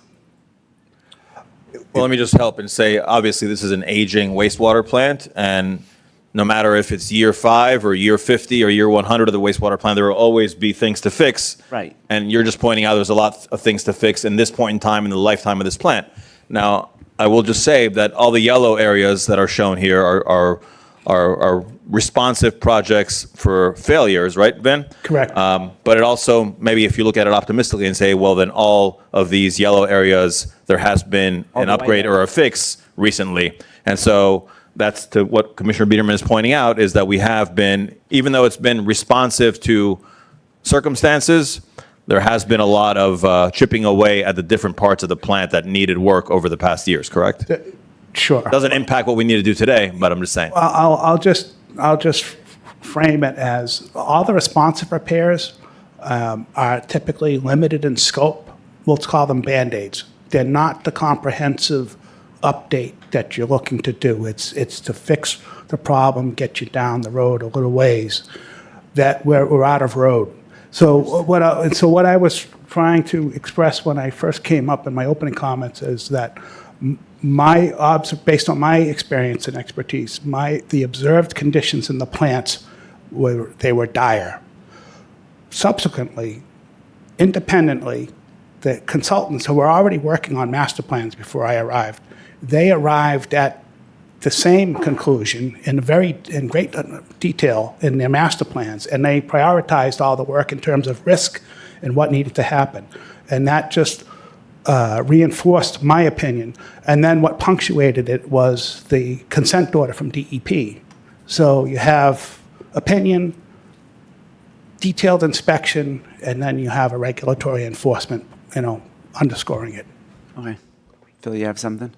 Yeah, if I can, just real quick, to answer your question, the last comprehensive upgrade of the plant was done in 2002. It was actually called the 2002 upgrade.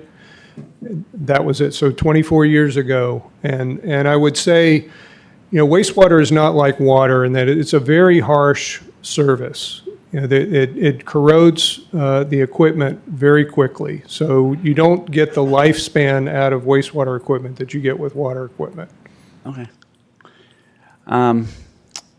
Continuing along, the current projects that we have, the organic expansion projects that don't require the lift station, that are a block here and a block here, that are in between blocks that already have it, are those part of this this future outlook plan that we're talking about today, or are those proceeding along in a separate silo? No, that's factored in as well, certainly. So when you have to expand and you get, pretty far away from infrastructure, that's when you need a pump station. Okay. But anytime you've got neighboring sewer system available and the grade is amenable to it, in other words, the slope you can get on the sewer is available to you, then you would use that and not put in a pump station. So those are like low-hanging fruit kind of projects. That's correct. That we can proceed along with.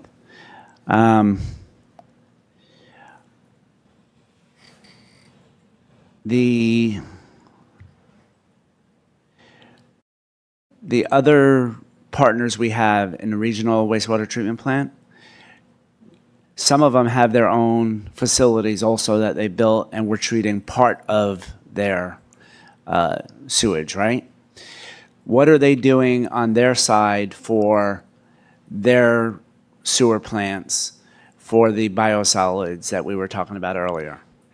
Are they doing the ILA with the county, or they have another plan, another avenue that they're going? I know that from the TAC committee that has been addressing that regional biosolids facility, that, of course, Broward County is part of it. They're the ones heading it up. But also Fort Lauderdale, Miramar, Pembroke Pines, as well as Hollywood and Sunrise have expressed interest in that regional facility. So they're all developing their own ILAs for that. Okay. And the reason I ask is because they have as much to invest as we do. I mean, we're treating part of their stuff. We need to get rid of it. The cost is going to be on their burden also, not just ours. So there's strength in numbers and scaling that if we don't do something with the county, we could do something with like this southern part of the county kind of thing that we're treating some of it, and they have their own facilities that are treating some of it. And some of them have more land than we do if we're going to figure out how we're disposing of it. I know you talked about some of the options we have in disposing of these biosolids. What's the county's disposal plan? We said we're going to do something with the county. We didn't really say what their plan or what their anticipated plan is. Incineration, right, Ben?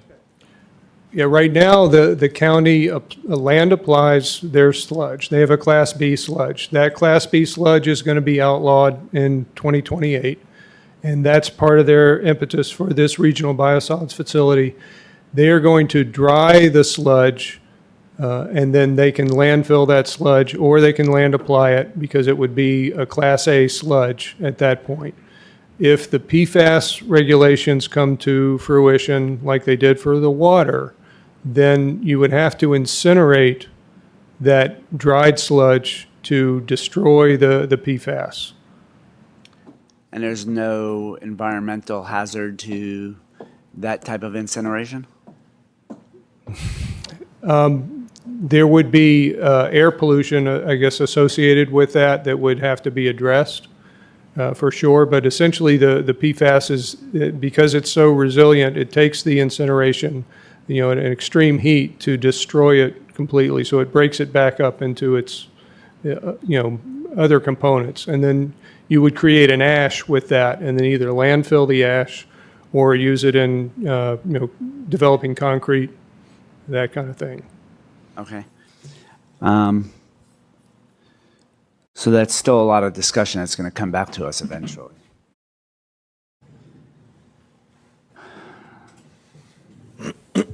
Can we go to slide 8?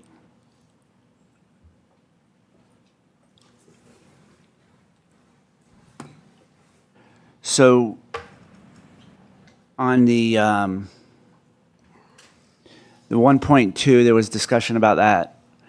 That's going to be funded through rate increases, right? Correct. And that's just the infrastructure that we have to put in place, the lift stations, the 48-inch force mains and all that stuff. This doesn't include the reserve capacity fees or I guess the reserve capacity fees is going to be part of funding the 1.2, right? Well, the reserve capacity fees are revenue. This is showing the expense. I of- understand that, yeah. but where's the revenue come from? That was a question earlier by Commissioner Shuham, is where's the revenue going to come from to pay this? So my question is, does the revenue, the anticipated revenue to pay for the expansion, is that, and it's going to come from some rate increase, right? It's going to come from the reserve capacity fees, or is reserve capacity fee goes to the upgrades to the plant? No, it's debt-funded rate increase. So what the rates that we showed, the main use case that we refer to in the cross-section, we took the House Bill 1123, and we took a conventional interpretation of that bill that we could use water and sewer rates to fund the 1.3 billion, and that's what's reflected in the rates. So, and what those rates reflect is 50% debt funded for the entire program, not just septic to sewer, but for the core program as well. Okay. So, I mean, we can't just talk about what it's going to cost. We got to talk about how we're paying for it. And that's why I was asking. But the cost, this cost, it includes, does it include the anticipated cost of the laterals also? Correct. So the 1.3 billion would include this. For an unsewered basin, which is a neighborhood or that's on septic, it would include the sewer mains going down the middle of the street, the laterals up to each property, to the property line, and a lift station if needed. Okay. That clarifies it. And so what, the sewer plant has multiple buckets, right? Multiple budgets for capital improvement, for operations, for labor, for all that stuff. The reserve capacity fee that we charge people, is that go to a specific budget? And that's where I'm getting at. So that the reserve capacity fee goes to the expansion and improvement of the wastewater treatment plant. Per statute, the reserve capacity fee can use to pay debt service for expansion, for future expansion, or for current expansion. Okay. Thank you. Nothing further at this time. Thank you, Commissioner Biederman. Let's go to Commissioner Quintana. Thank you, Mayor. So I too want to express my appreciation for all of the information shared. I have to say that especially courageous for you to step up and be completely transparent about the challenges that we face, even if it's not pretty to look at, because to give the frank truth and builds trust. And we are going to need the trust of everyone who has invested in our city if we're going to make these very important, essential changes.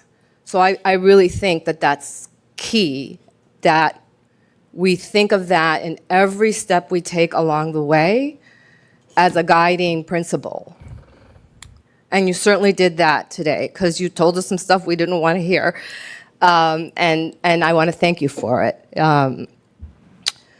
So slide 3 was painful, But I have been saying every time something has come to us since I've been here, where it was an emergency repair, why are we having so many emergencies? Because it ends up costing so much more when you're having to deal with an emergency as opposed to being able to be more proactive instead of reactive.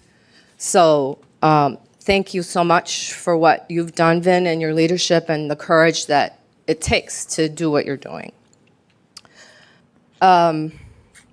I think I, like many of I think everybody up here is concerned with how we're going to pay for it and about the hardship that it may cause to many of our residents. We know, I think there's consensus with that too, that we have to do it. Like Commissioner Shuham said, you pay now or pay later. But some people in our city are better able to absorb these costs than others. And I know that many people in my area, this is going to be significant for them. So for me, slide 26, if we could bring that up. And while you're bringing it up, I'll just say this. I think I am going to be referring to your presentation and to this meeting many times as I talk to residents in my district. And although I think it's a brilliant effort to make this simple, there's still like a lot of things that I circled in the presentation where it's like, okay, your run-of-the-mill person doesn't know what CCF is. Your run-of-the-mill person doesn't know what we mean when we say large users. They don't know what that means. And so we're going to need to really break it down for people because they need to understand all that's at stake. They don't necessarily know what a consent order is and why we have to do this. So I circled things that we're probably going to need a glossary for our residents. I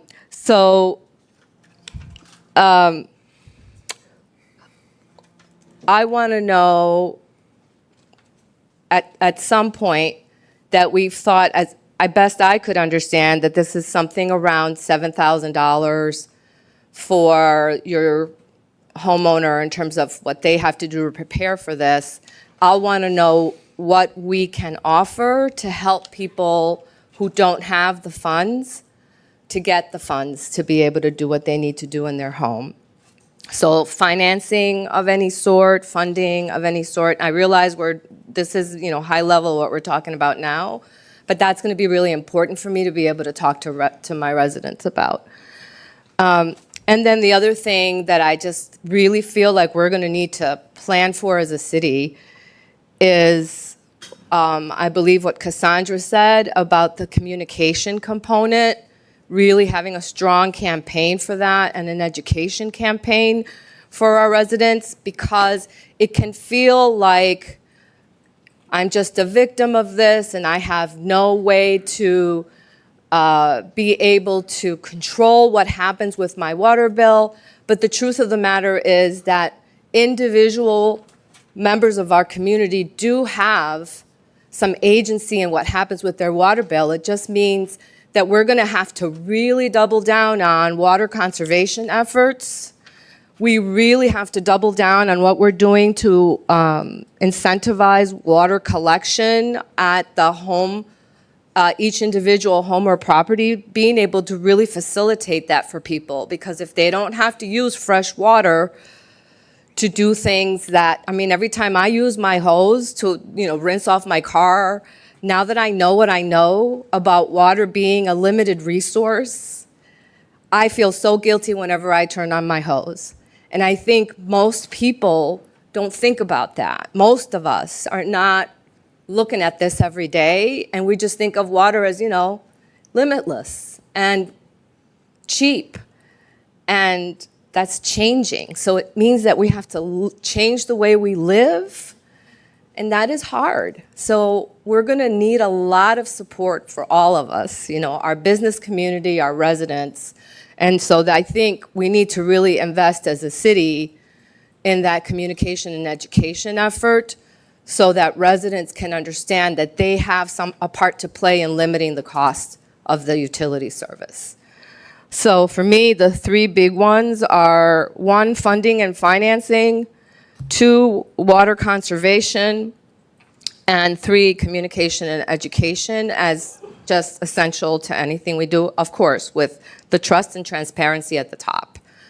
So I don't know if that's at all helpful, but that's kind of what's guiding my thinking right now. There's a lot of, I feel very fortunate. There's several residents in District 6 that have a great deal of expertise in this, and they've been sending me questions, and I've shared it with you guys.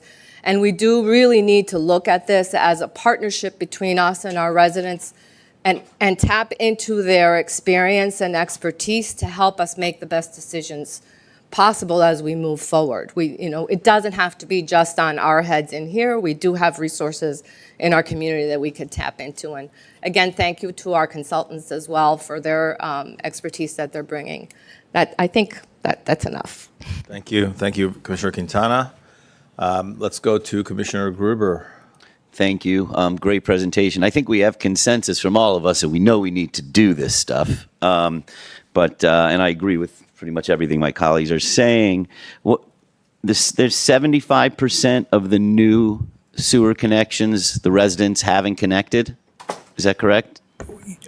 That's about right. We're in the process of updating those numbers as the permits come in, but at the last check, that was about the count of over the last 10 years of the 1,100 properties that we've made sewer available was about only 25% had connected. And so we're trying to pick up what we can. Many of those properties may not know they have sewer available because they changed hands since the project. Okay, and the cost of that connection on average is what, $7,000, $8,000? Right. So the slide shows, and it breaks it down, and maybe it shouldn't, but it's about $7,000. You'll see $2,500 for the installation of the lateral on the property, and an additional $2,500 estimated to abandon the septic tank. So that's a total $5,000 cost to the property owner for just the abandonment of the system and connection. And then there's a $2,130 reserve capacity charge that comes to the city, and then a $100 fee. So all told, in the $7,000 range is our estimate per property. Right. So on top of the billions of dollars this is going to cost, we can figure the 17,200 times 7,000 is probably another $100 and whatever million direct cost to those consumers. Broward being one of the most cost-burdened counties in the country, if not the most cost-burdened, how do you tell a cost-burdened family that they're going to have to pay $7,200 to connect? And I'm looking at you. I know you might not have the answer to this, but $7,200 to connect, and the large family, your bill is going from $194 a month to $409 a month. I know that problem solution, I don't see how people are going to be able to make that work. What do they put it on a credit card to hook up they're struggling already. So, I'm concerned that when I look at this table, the people that are burdened the most are going to be single families, large families and businesses. That's, a couple, if you go to page 10, right, a couple living together, they're going from $71 to $150. That's an $80 increase. And a large family is going from $194 a month to $409 a month, and that's a $215 increase. That doesn't include the sanitation and the stormwater. Correct. So I don't think that 60% of the people living in the city that are cost burdened are going to be able to make ends meet. They're already not making ends meet because they're cost burdened. So that concerns me, that the biggest burden is on large families and businesses, because I see the businesses, non-residential one, right? That's a business. The bottom, right, is going to go from $1,500 to $3,200. That's an increase of, what, $1,800 a month? That's insane. Yeah. So, and I get it. We have to figure out a way to come up with this money, and I agree we have to do all of it. Those are the things that concern me. As far as the ordinance change, I'm happy that we took out that imprisonment is included if you don't, connect to because that bothered me that it was even You can in always there. find the humor in every issue, Commissioner Yes, Gruber, so I yes, appreciate yes. that. Hey, you gotta laugh, you know. Levity in every situation is good. But you know, I would say probably half of the 75% that haven't hooked up are going to tell you they can't afford it. You know, maybe we can poll as to why they haven't hooked up, so we know they didn't know about it, they can't afford it. But is the answer to that $1,000 fine and a lien on their house? You know, I get an ordinance change, but that's not a solution to that problem, in my opinion. So those are some of the things that concern me. I agree that we have to do everything that's set in front of us. I really don't like the fact that the large families are going to pick up the biggest burden on this. So I don't know how we change that. The fact that the amount per cubic foot charged goes up once you meet a certain threshold, I mean, that in itself is like hurting large families. So I don't know. Is that typical in every city does the same thing? Once you go over a certain amount, I they charge more? couldn't speak to every Stantec having a broad insight into all these Yeah. cities as they consult with them. I wouldn't know, but you know, we're applying the rates to the existing tiers that we have Yeah, in no, a I get it. conventional sense. So it's just calculating out to what it's calculating out to. In terms of the septic customers that have the sewer, within 90 days, they're already paying for sewer that they're not using. Right. They're getting that bill, so they're effectively throwing that money, they're paying that. Right. And they have to maintain their septic system if they're keeping their septic system Right. and not hooking up. Oh, I think if money wasn't an issue, everybody would say, you know, if everybody had all the money to do it, or if they, you know, it was a $10 hookup, I think everybody would do it. But that's a pretty big nut to crack, that 7,000 to 8,000, and it goes up depending on the length, right? That's just an average. Sometimes it could be up to $10,000 for the hookup. So, yeah, those are some of my concerns. I know we have to find a way to pay for it, but I don't know if we can massage some of these things. But I'll leave it there. Thank you. I'll just say some perspective on sewer connectivity. We're talking a number of years away before we would be ready to go with large, according to the graph of, you know, design. We're talking about a 5-year, you know, picture besides the Boulevard Heights program that's already, you know, in motion for about 150 or so houses. Reason I mention that is that with regards to community development and LMI neighborhoods, obviously, I think we've spoken before that there could be some eligible dollars through community development, CDBG type, you know, funds, which are never guaranteed that they continue, but there could be some assistance through those funds to LMI, you know, customers to absorb or somehow smooth out those at 7,000, right, Vin? Right. So we can't plan on getting those grants and Right. well, you know, those good opportunities. So we have to construct a rate to fund it fully. And what happens is when we get those grants on the, then the money that we would have spent, we get to roll into other projects. So it lowers the rate eventually, and you know, and we put it in other areas. So. Yep. All right, thank you. I'll call on Commissioner Coleri, who is participating virtually, and then Commissioner Hernandez.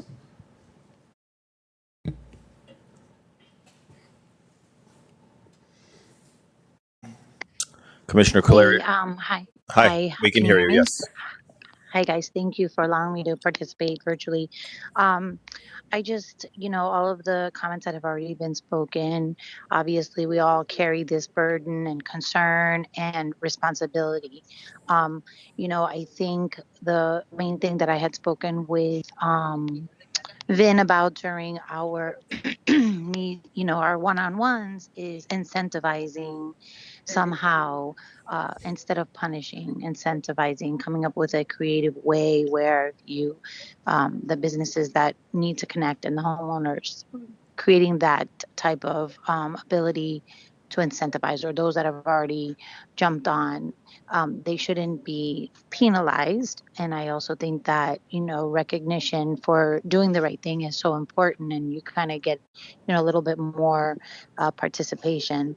In addition to that, I think, what's that? Oh, something's beeping on my phone, sorry. And then in addition to that, you know, this is all new, not new, but we don't know where it's leading to. And I really think I had mentioned also that there should be we should look into creative ways, like interlocal agreements with the county, because eventually they may say, guess what, you have to within a couple of years. And so I think that it's really important that we just continually think out of the box and come up with creative ways that we can not create such a burden on our residents, because it is almost unobtainable. So that's all I have, and thank you for allowing me again to be on the line. Thank you, Vin. And just to clarify the point on the existing connection, the existing expansion, as you mentioned, those customers, the 1,100, even though maybe 75% haven't connected to send their wastewater for treatment, they're already paying the same rate as if they were connected. Correct. So from that revenue replacement standpoint, they're already streaming into the revenue but they're not sending their wastewater through. Correct. So that's the catch up there. All right, Commissioner Hernandez, you're up. Thank you, Mayor. Vin, great presentation. I don't always agree, and I will just state what I feel. Class B biosolid versus Class A. The city years ago, and Commissioner Biederman brought it up, we spend millions of dollars to be producing Class A. Is that correct? It's my understanding, yes. Before your time. Yeah. How many other cities in Broward County are producing Class A? Not to the top of my head, maybe. I can't even name the other utility. Phil? I believe that we're the only one that's producing Class A. Is that, Phil, come out and say it, because I want, oh, by the way, and I got another question for staff here. Did we advertise this meeting? That we were going to have this workshop publicly? Okay, let me know where it happened, because a lot of residents were not aware of it, and we're just moving the word out so that we can actually get people involved and realize that. But we're the only city that is currently producing Class A biosolid? That's correct. Okay. And you said at 10:48 this morning that the buy-in that the city, along with Broward County and Fort Lauderdale and other large users, are looking to do is in order to produce Class A biosolid. Is that correct? That's correct. Okay. So why in the world are we helping other municipalities, and I got nothing against any other municipalities, to fund a plant that we're already currently producing the same material? Because if the state mandates that the PFAS has to be addressed, that plant needs to be modified, no different than we would have to modify others. I think rather than to spend the $75 million plus that we're going to spend to help somebody else produce what we're already producing, we should invest it in our own plant and try to think ahead of what may be coming. And that's the one thing that it's a great presentation, very informative. I don't buy into that. I cannot go through and tell my residents that your bill is going to double or triple, and we're going to help somebody else come up with what we already have. So I just want people to know, I don't disagree with what's being said. I have a little clearer understanding because of my background in the field, and I know what the city has done to try to avoid exactly this position. So thank you. The other question that I have is the PFAS regulation. It's in the process of going through the regulatory system to try to see how we can eliminate that. And that's something that it's statewide, not just us. And people are just trying to come up to our level. So if the state mandates a higher level, it could be years away. Not that it's not going to happen. At some point it will, but it could be years away. And we know everybody thinks it could be 5 years or 10 years. It could be longer than that. And the reason why is because of, you mentioned in the presentation, that's what I said, very thorough presentation, is because agricultural lands are being gobbled up because there's 9,000 people a day that are coming to the state of Florida because they love our weather and they don't want to go somewhere else. So agricultural land is being gobbled up for residential. So I get all of that. Phil, you're looking at me kind of serious. But I just want to go through different things. The one thing that we haven't addressed today by the commission, can we go to page 10? 10? 10, please. Okay. this is where we have not, and this is part of the presentation, and I agree with the city manager that we definitely need to come back and digest, because there's a lot to digest.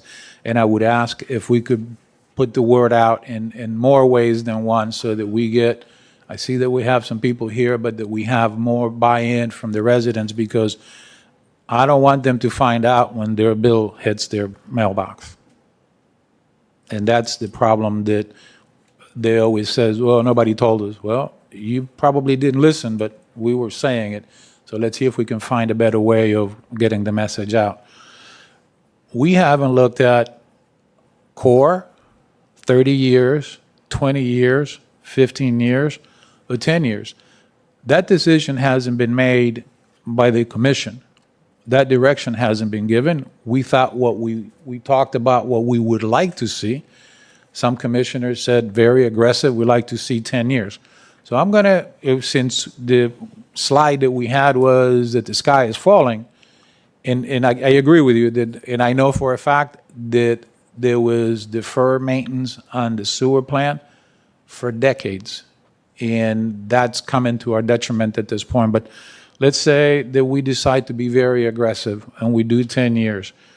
Can you imagine being a current single-family home that is paying $71 right now, going to $237? Or can you imagine being a business that you pay $1,500 a month right now for usage, going to $4,700? That's like, a pink slip. You tell them, get out of Dodge. So that's something. So I think we need to give directive from here as to where do we really want to, what's the level, comfort level, if you can call it comfort, or what level do we want to address the public with? Do we want to do the 10 years? Do we want to do the 15 years? Do we want to do the 20 years? Or do we want to have a 30-year plan? Because the pushback about that from the public is, I don't want to wait 30 years to do it. It's beyond my lifetime. And I get that. But we're here at this point, and a lifetime comes with a price. So this question is more or less for my colleagues, and not to make a decision or anything like that, is do you guys have a level of comfort as to what approach would you like to see? Because I think out of the workshop, we want to get something out of it. And the main thing is going to be what direction do we want the staff to follow, so that when we do have the third, they narrow down the cost, and if there's any savings or there's anything that we can do so that we can get that. And I purposely waited to be the last one to speak to see if the topic comes up. And since it didn't, I'm bringing it up so that the staff has a direction that we would like to see, because they're trying to chat things down as to what we say, the good and the bad, and I'm sure I got a couple X next to my name, but nonetheless, so do you guys have a level of comfort, if you don't mind, Mayor? That's an applicable question, of course, and I appreciate you honing in on direction for the staff. I mean, for me, clearly, it's the 2030 picture, 2030 year picture. This is a generational investment that will last generations, and so therefore, I think smoothing the cost among the generations and over time is probably we probably don't have a choice, considering the staggering amounting cost of all of this. And so I think at the minimum we're at 20, if not 30. Now, all that said, as we mentioned about this, being a meeting where we need another workshop, I think that, in my view, I'm a 2030 year kind of outlook based on cost. Obviously, we'd all love to have this implemented tomorrow, right? We'd all love to have 17,000 new connections tomorrow for the environmental benefit, but we know that's not practical from an affordability standpoint or an implementation standpoint. Vin, do you have a feeling on the and Stantec and Hazen and Sawyer? Where do you think the sweet spot is, if you have an opinion on cost versus implementation and from that perspective? Sure. So just to clarify, the core option, that is directly related to the sky is falling slide. There's no option on time there. That's where we are. Right. The utility brought forward in the October workshop the 30-year plan, and that's the septic to sewer overlay on top of the core. And then the commission in that workshop asked us to look at other options, the 10 to 15 to 20. So those options are there for your consideration. From a utilities perspective, notwithstanding the generational, obviously, the least impact and most beneficial for the city is the 30-year plan because it's going to eventually tie the entire city together. The latent value add to the property owners that are paying these bills, their properties intrinsically become more valuable because they're open to development, now, open to growth and open to different things. And then the other time, so the time driver for the core, they're all the regulatory things that we have no control over, and we have to act because it's not just us as a city. We have regional partners that we have to protect as well. The time drivers for septic to sewer, not as clear, but clearly imminent on the horizon is a ban on new septic systems, and hotly followed behind that will be a ban on existing septic systems. So this is our chance to get ahead of that curve, so when that mandate comes, we already have a program in place. We'll have already spent 3 or 4 years designing, plus 3 or 4 years of community engagement to try to explain the cost increases. I can tell you that the mandate from the state, and Phil can correct me, regarding the banning on septic tanks regarding where the freshwater springs are, I believe that the state also, that was not an unfunded mandate. The state pony up some grant money for that to take place. Can you correct me if I'm wrong? Please come forward, because people look at me and sometimes they don't believe a word I'm saying, but. No, that's correct. They made some funding available. Okay, so in other words, because there's a vast part of the middle of the state that continues to thrive on a septic system, and they haven't been touched. As a matter of fact, they've been given grant money for them to go into the sewer system, and they themselves have says, no, we don't want the expense. So the expense is real, and I'm not saying that we need to put off anything, but I'm just saying there's parts of the state, vast part of the state, that is still on septic system. So I don't foresee the septic system being outlaw. I believe Broward County DEP may do something about that to bring everybody in the sewer system. I get that, but one thing doesn't compete with the other. Go ahead, you want to say something? Well, I would just factor into that. We consider elevation of the topology of where those septic systems are still functioning.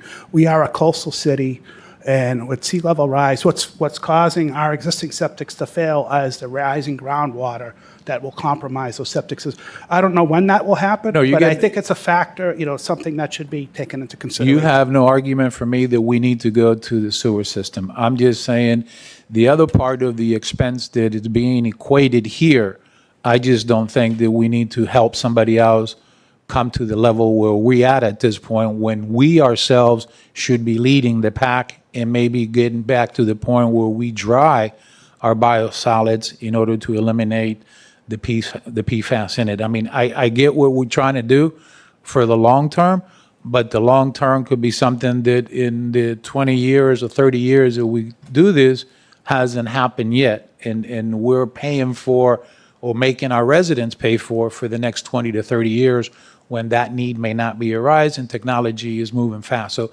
I'm just, to me, the sky is not falling on the city of Hollywood at this point. The sky is falling on the rest of municipalities in the Broward County at this point, because the state has already mandated that they can't do that anymore, because they're, quite frankly, they're contaminating the other parts of the state because they chose not to do Class A biosolids and actually produce Class B. And that's fair. That was their choice, and they're living with that. But Peter, maybe it's worth directing the staff to inquire with the applicable state agency what the outlook is on Class A, so we hear it from them, because this is not a secret, probably. I have. No? That was part of my one-on-ones. I talked to them, and I was told, and Phil is here, he basically said the state is actually starting regulatory talks regarding the PFAS. It's not necessarily the Class A, is the material in it.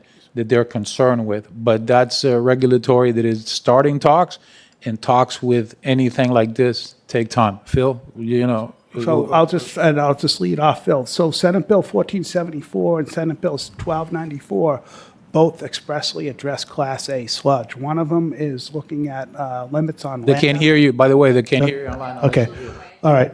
So Then when you look at the screen, your Yeah. voice goes away from the microphone. So if you move the microphone while you're talking to the screen or something, all right. Bring it with you.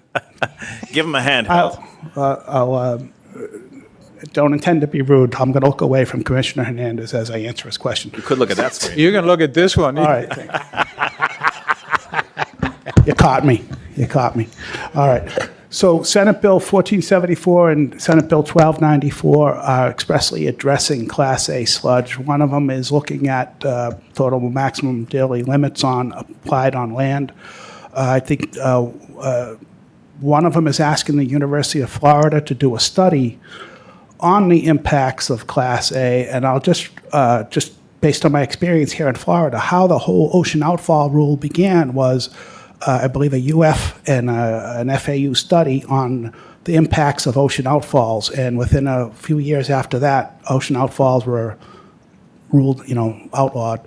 So it's on the horizon. Phil? Yeah, just a couple of points. I agree, you're spot on with what you said, Commissioner. Just some food for thought. When that ocean outfall legislation came to be, that was from the state, and that came in 2008. The deadline that was set for that was 2025, December 31st of 2025. The cities had ample time to address that. When we did the master plan, PFAS was not a law yet. It was just talked about. And nobody knew what the limit would be. When the limit came out in 2024, the deadline was set at 2028. That was a federal deadline that was set. Now the EPA is also looking at PFAS in biosolids. And the state of Maine has outlawed it completely. So they're landfilling their sludge. They don't want any of the PFAS to be land applied. And we've developed a whole industry here on land applying sludge because we have orange groves, we have plenty of, sod farms. So there's been a need for the sludge. But that has been dwindling, as you said, with the land dwindling, the available land dwindling. There have been some regulations about the proximity of the groundwater to where the sludge is land applied, that has taken some of the sites off the table, and they've increased setback distances through legislation. 2026 has been incredible so far with legislation on biosolids. All of those are promulgated this year. They just came out. And we're waiting for them all to pass, but they look like they're all going to pass. If you subscribe to the legislature's emails on 290, I'm getting an email about every week and a half from a new amendment that a legislator is adding to that bill. So I can't explain it, but there has been a real focus on biosolids this year. So we would anticipate that we could see something happen, and if it's done by the EPA, I would bet it's going to be very quick.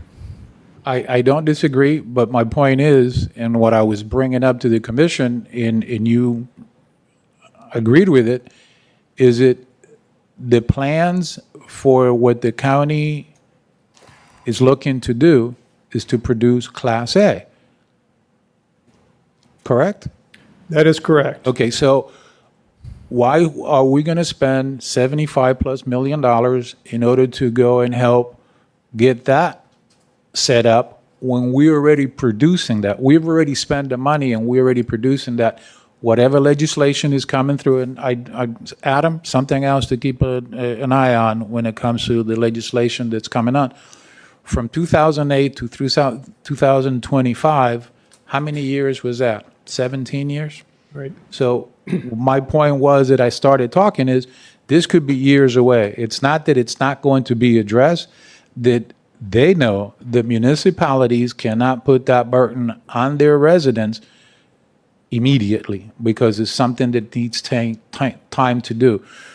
Class B material, Class A material, most of that, now that there are some agriculture areas that have been taken out of the market, some of that is being composted with tree mulch and other materials in order to break it down even farther and have more uses so it doesn't concentrate in the same areas again and again and again. And the preferred material that they have for that is Class A, because Class B is being outlawed. It's being outlawed even to be produced, not necessarily where it needs to go. And that'll be another burden that those municipalities that are only producing Class B don't want to go to the dump, because that's the only place that would have to be able to be taken care of.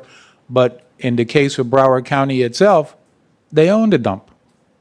So it's just, you know, So- you go from Peter to pay Paul. But I still wanted to know from the commission more or less where they wanted to go, so we deviated from that, and I still got other questions. So I don't want to monopolize this, but I've been. No, that's fine. I think you're. And by the way, I'm also on the 20 to 30 year.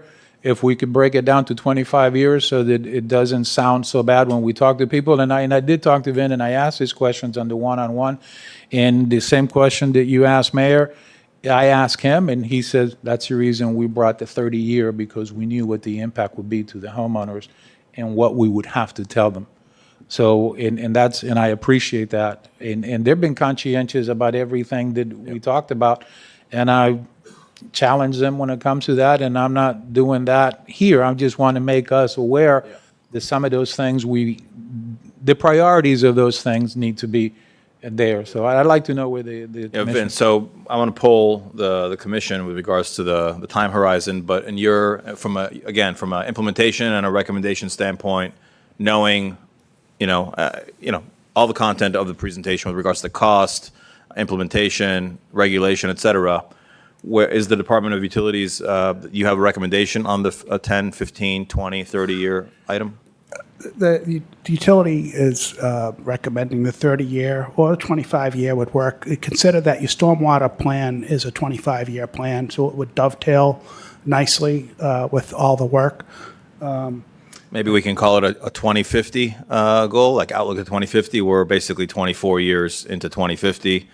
That could basically, give a kind of a perspective and call it, full sewer by 2050 and make that a goal and a challenge to the city's team. Peter, what do you think about that? I like that because that's the happy medium between 20 and 30, and I think that it's the cost up would be minimum, and the 5-year difference is crucial when it comes to that. And by then, we would know where we are regarding some of the legislation that is being talked about now. Yeah. All right. So let's ask the commission, Vision 2050, Commissioner Biederman. I could live with that. I'll be dead by then, but I could live with that. Yeah. But thank you. So I'm glad you brought it up, Commissioner Hernandez, because I was thinking the same thing. I just figured we were going round two and when we were going to come around to a consensus. But it's all fluid anyway at this point, right, Vin? So we could pick a 2050 plan now and somewhere in that 25-year goal. It's still fluid. Like if we see that rates are coming down, we could always accelerate the plan because we're going to create all these priority areas. We're going to bid out work ahead of time. You know what I'm saying? So it's kind of a fluid plan, even though we're going with this this compromise of 25. Could be grant opportunities that Right. the state might want to push, That was my next thing is once we have a plan that is something livable that the commission can live with, the state also has the option to say, you need to speed that up. Here's some money in order to do it. Because what we're looking for is to show that we have a plan in order to come to compliance. And I think that's the key. And the county can help it as well. Here, let me continue with. Real quick, I want to just finalize it. So, Vin, we're here today. We're going to adopt the plan, the aggressiveness of our plan based on a 2050 idea. but we're not adopting a fee schedule today. We're only adopting the direction we're going. Right. The continuing. So, I do have one question that was brought up, at the last meeting about a fee on a water bill for the privilege of not having a connection to the sewer. But that's been scrapped, right? We're not charging non-sewer users $5. No, that was a hypothetical that was considered that way. Okay. I just wanted to make sure that Not- we're not adopting that in any way, shape, or means today. Okay, thank you. I think we do have, though, as this comes back, we do have to resolve questions about how we can bill this on the utility bill, and look at the full picture with regards to sanitation and stormwater altogether, and then have a more precise picture on dividing this as best as can be, so it can be most affordable to most people over the 25 years. So Right. let me just say something in regards to that. I'm appalled that we're going to charge residents for the pleasure of not having sewer. If we wanted to do that, we could have done that 8 years ago and just put a millage point on our tax bill to charge every resident, because we didn't need this legislation to do that. But as a commission body, we chose not to go that route and just create a millage point. Well, at this point, we just need to see the options and the numbers, and then make a decision what's the most fair and what's the most affordable. I mean, And I'm fine with Yeah. a direction of 25 years or 24 years, whatever the case may be. I think that if we're coming back to how we're going to pay, how we're going to derive the revenue to pay for this expense, I'm okay with adopting this 2050 plan. Commissioner, let's try to go for a speed round best we can on the timeline. Commissioner Quintana? I'm in agreement with a 25-year goal. I mean, of course, it'll depend on what we can do in terms of funding it, whether it could go faster or slower. And I just want to put the question out there at some point. My understanding is that part of the reason for the biosolids initiative, it has to do with how we get to Class A, the way that we do it in Hollywood, and whether that's feasible. I mean, I don't know if this is, I know the mayor wants to just kind of get to some closure on the timeline, but at some point, Vin, if somebody could speak to that, that would be good, to explain why. And Vin, just to the points that Commissioner Hernandez made on us already producing Class A sludge, and the goal of this consortium by the county is to get to Class A, I think he asked some fair questions. I'd like for you to look at that, and at the next round, come back to us on that $75 million question that he brought up. Do we need to join in now? Is there 10 years to wait? And those are fair questions. So, sure, so I can address that preliminarily. So coming at it from Commissioner Hernandez's perspective, it could be 17 years off, but if we're not part of the regional consortium this year, we'll never be part of the regional consortium. So in whether it's 10 years, 15, or 20 years from now, when Class A are ruled out and we have to go to a 1,500-degree incinerator that has complicated emissions controls and siting issues and all of that, the choice is join the regional consortium today Won't be and share that burden with as many partners as possible. So when that change comes in the future, we're part of the consortium and we're safety in numbers. Or go it alone for the next 10, 15 years. We may get some cost savings. We'll get obviously the $75 million, but when that hits, we'll be carrying that burden of siting an incinerator by ourselves with our regional partners. And What is our current disposal cost for this stuff? If we're going to be, 75 to buy in and then an annual, let's just call it, it's just the tipping fee. They're still developing all the costs because it's directly affected by how many entities join. So we'll have an opportunity when this comes back for an ILA to kind of really examine, all of this with regards to the biosolids consortium. And there'll be some trade-off on current expense versus joining with them. But Commissioner Hernandez makes a great point. We need to understand what their product is going to be and make a decision on when and how. Now, if we are never able to join, if we don't go in the beginning, if that's correct, then, that certainly pushes us in a certain direction. But Well, I like to make a point now that you mentioned that, because at one point we were talking about the 911 system that we needed to join, and I don't think any resident of the city of Hollywood was happy for many years with the 911 system, and then we wanted to actually go back, very similar to the garbage. So I get that, but my point is, if we have the ability and we consider that, see, I go back when we actually went to the Class A biosolid, we consider having our own pelletize, where we were actually eliminating all of this. We consider that 10, 15 years ago, planning on doing it. So if you put $75 million in whatever else for 10 years or 5 years or 20 years, or paying for somebody to do something that we're already doing, and we're paying somebody else to do it, and we put that into our own system, we'll be like we are right now, 15 years ahead of where all the other municipalities in Broward County, including Broward County, are today. So I get it that it's a good investment if you have Class B and you're affected by this. I am not 100% that it's a good investment, because we are a provider for this part of the county. And so we made that investment. We've already been doing it. Our partners, we should be talking to them and bringing them to the table. And maybe our participation should be strictly on the incineration side of where the county's going, and not for them to catch up the B generators to A. We're already at A. Maybe our buy-in into the ILA should be at a different rate, because we're already providing A, and we only need to jump in when and if a PFAS requirement to incinerate comes through.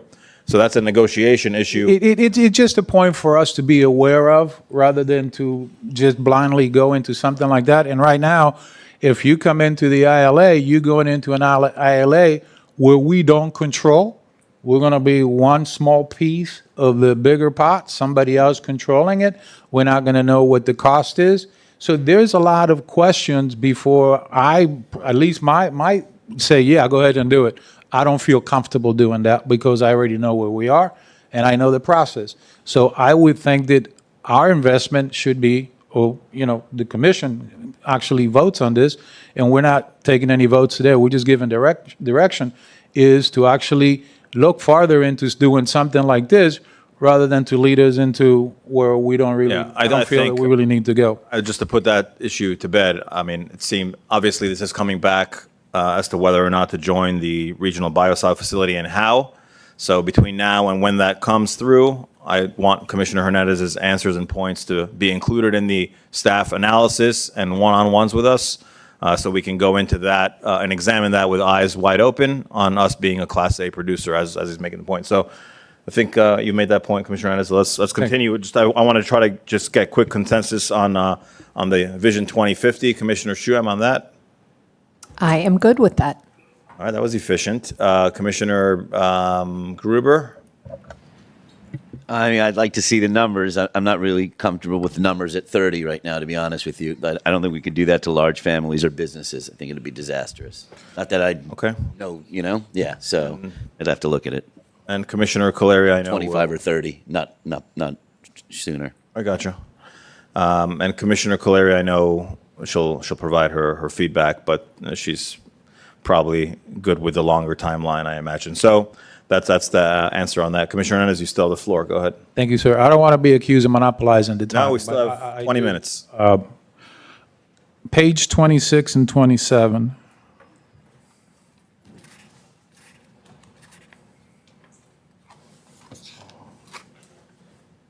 That's a good picture. The lateral installation of connection and sewer lateral pipe. We're only talking about, and please correct me if I'm wrong, because the first time I see the picture, beautiful picture. You can see the side of the road where it said sewer main. We're only talking about the lateral from where the red squiggly lines are coming down, because we're not talking about being responsible for doing the lateral all the way up to somebody's house, correct? No, this is just an animation to, the property owner is responsible for the lateral from their house to the property line where the city would be installing the lateral from the sewer main to the property line. But that's what we do now. We install the lateral from the main line to the property line of the property owner. Correct. Okay, so we're not doing things any different. Excuse me. Yeah, I'm not clear on your question. Okay, my question is, you told the commission that we will be maintaining the laterals on the right-of-way, Correct. but we do that now. No, right now, the ordinance reads that it's the property owner's responsibility out into the right-of-way to the sewer main. So they have the whole lateral to be responsible for. In other words, if they have a clog, they have to unclog it. If it's out in the street, they have to unclog it. And that's my question. When there is a clog and we're responsible for the maintenance, how do you know where the clog is? And then I'll go by steps just so that we can all understand it. Because right now, the city installs a lateral from the main to the property line, and the property owner has to come in from their house to that hookup. So if we pass the ordinance, and I say if, we're going to be coming in to clean the lateral from that junction at the property line to the main, correct? Correct. And so I'm just giving you a scenario. Property owner that rents a house and it's a duplex and maybe their tenants are trouble and they clogged up the area and the property owner comes to you and says, hey, you need to fix the clog. We come, we check it out. It's not ours, it's yours. Then we're going to get into it's you versus me and what have you. Do we have any provisions for something like that? So, so what typically happens now is a homeowner gets a clog, will call a plumber, and the plumber will TV their line and say, hey, this clog is out in the street.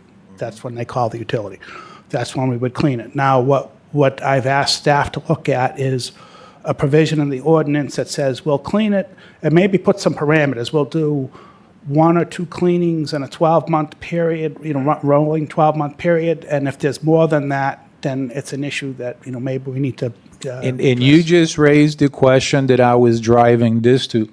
Why are we taking the responsibility for somebody's potential commercial activities, and all of a sudden, it's something that the residents have to share on the cost? I get it. I'll answer that. Okay. So I had situations during my 10 years as mayor where a resident called and said, hey, Mayor, the tree roots that are planted, beyond the sidewalk are, I have the camera evidence from my plumber. The roots have broken the lateral, and that's the reason for the issue of the wastewater flowing in the house and overflowing and things like that. And they were like, how can I have to dig up the street. How can I dig up the street? And then it was plumber needs to get a permit, an MOT to cut the road and replace the section of pipe where the tree roots, infiltrated. So I'm comfortable with the responsibility of the city having a uniform responsibility and approach to work in the right-of-way, because otherwise it's Plumber Joe USA cutting our right-of-way, doing a patch, and that's beyond the scope of what they know to do well.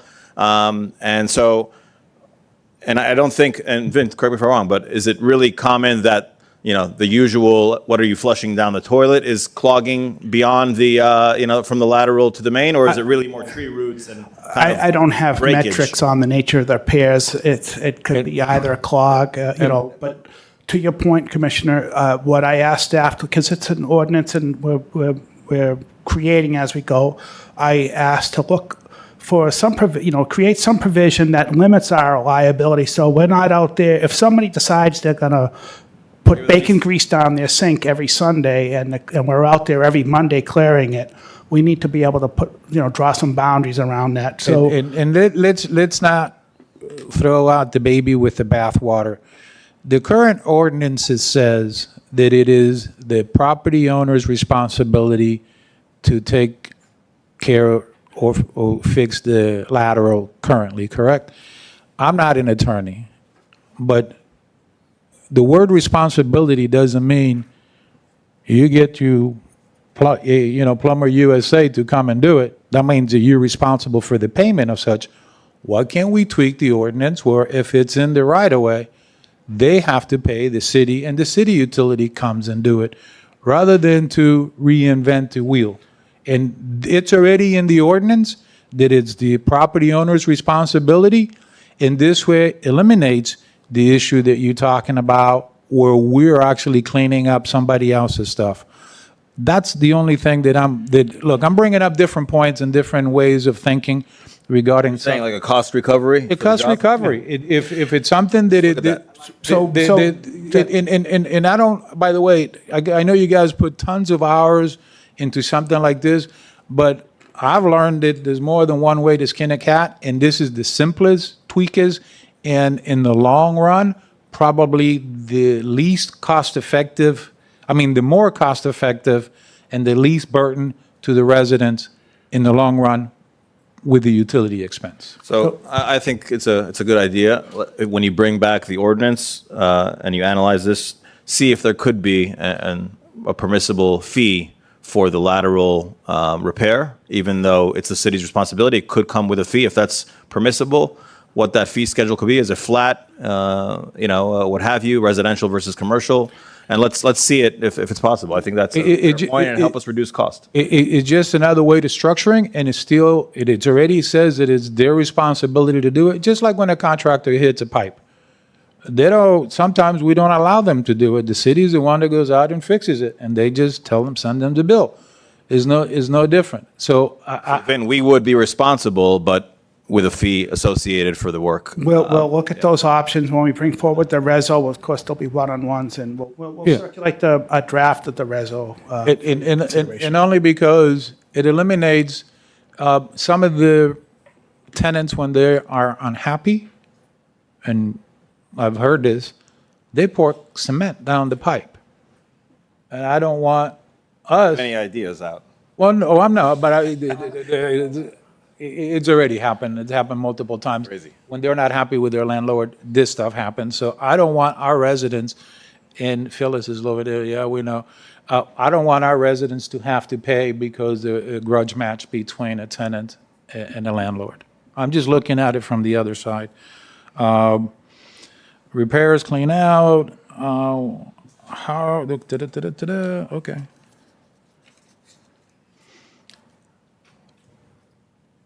Page 45.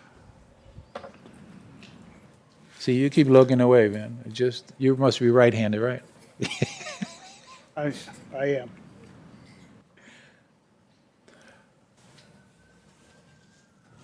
Pembroke Pines is $16 cheaper than we are right now, and they're one of our LAR users. And that's currently as we speak. Yes. Based on the table that we have in front of us, our large users, which we are treating their sewage, is $16 cheaper a month than we are. Do we know why?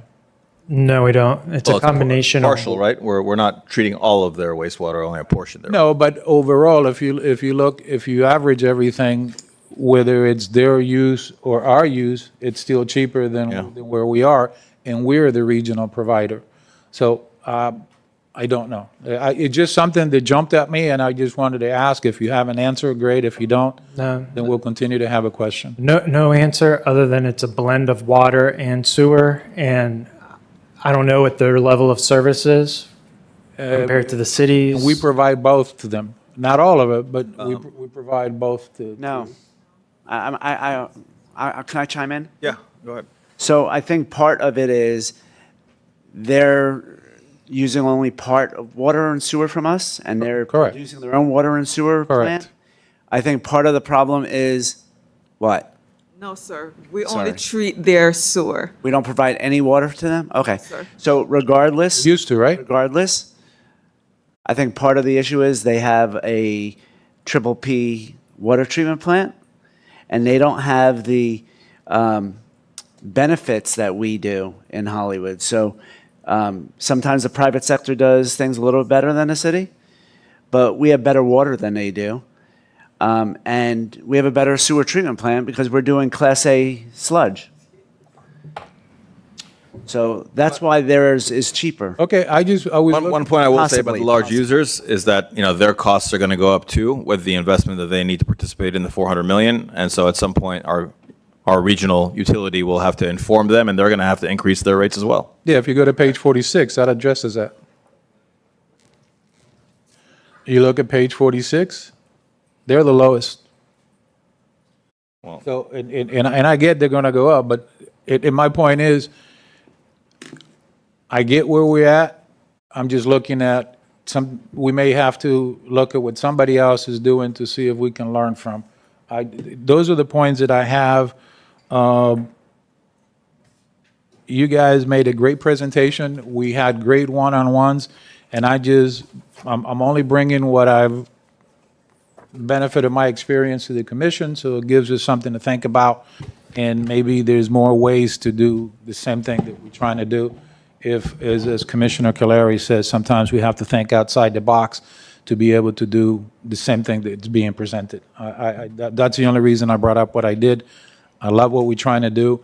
I think it's long overdue, and quite frankly, we are paying for other recommendations that has been given to the commission in the past of deferred maintenance, and yet we've been charging our residents as if we're doing everything that we're supposed to do, and that has to stop. And I think Vin is a person that is trying to do just that. He's trying to bring something forward that is sustainable.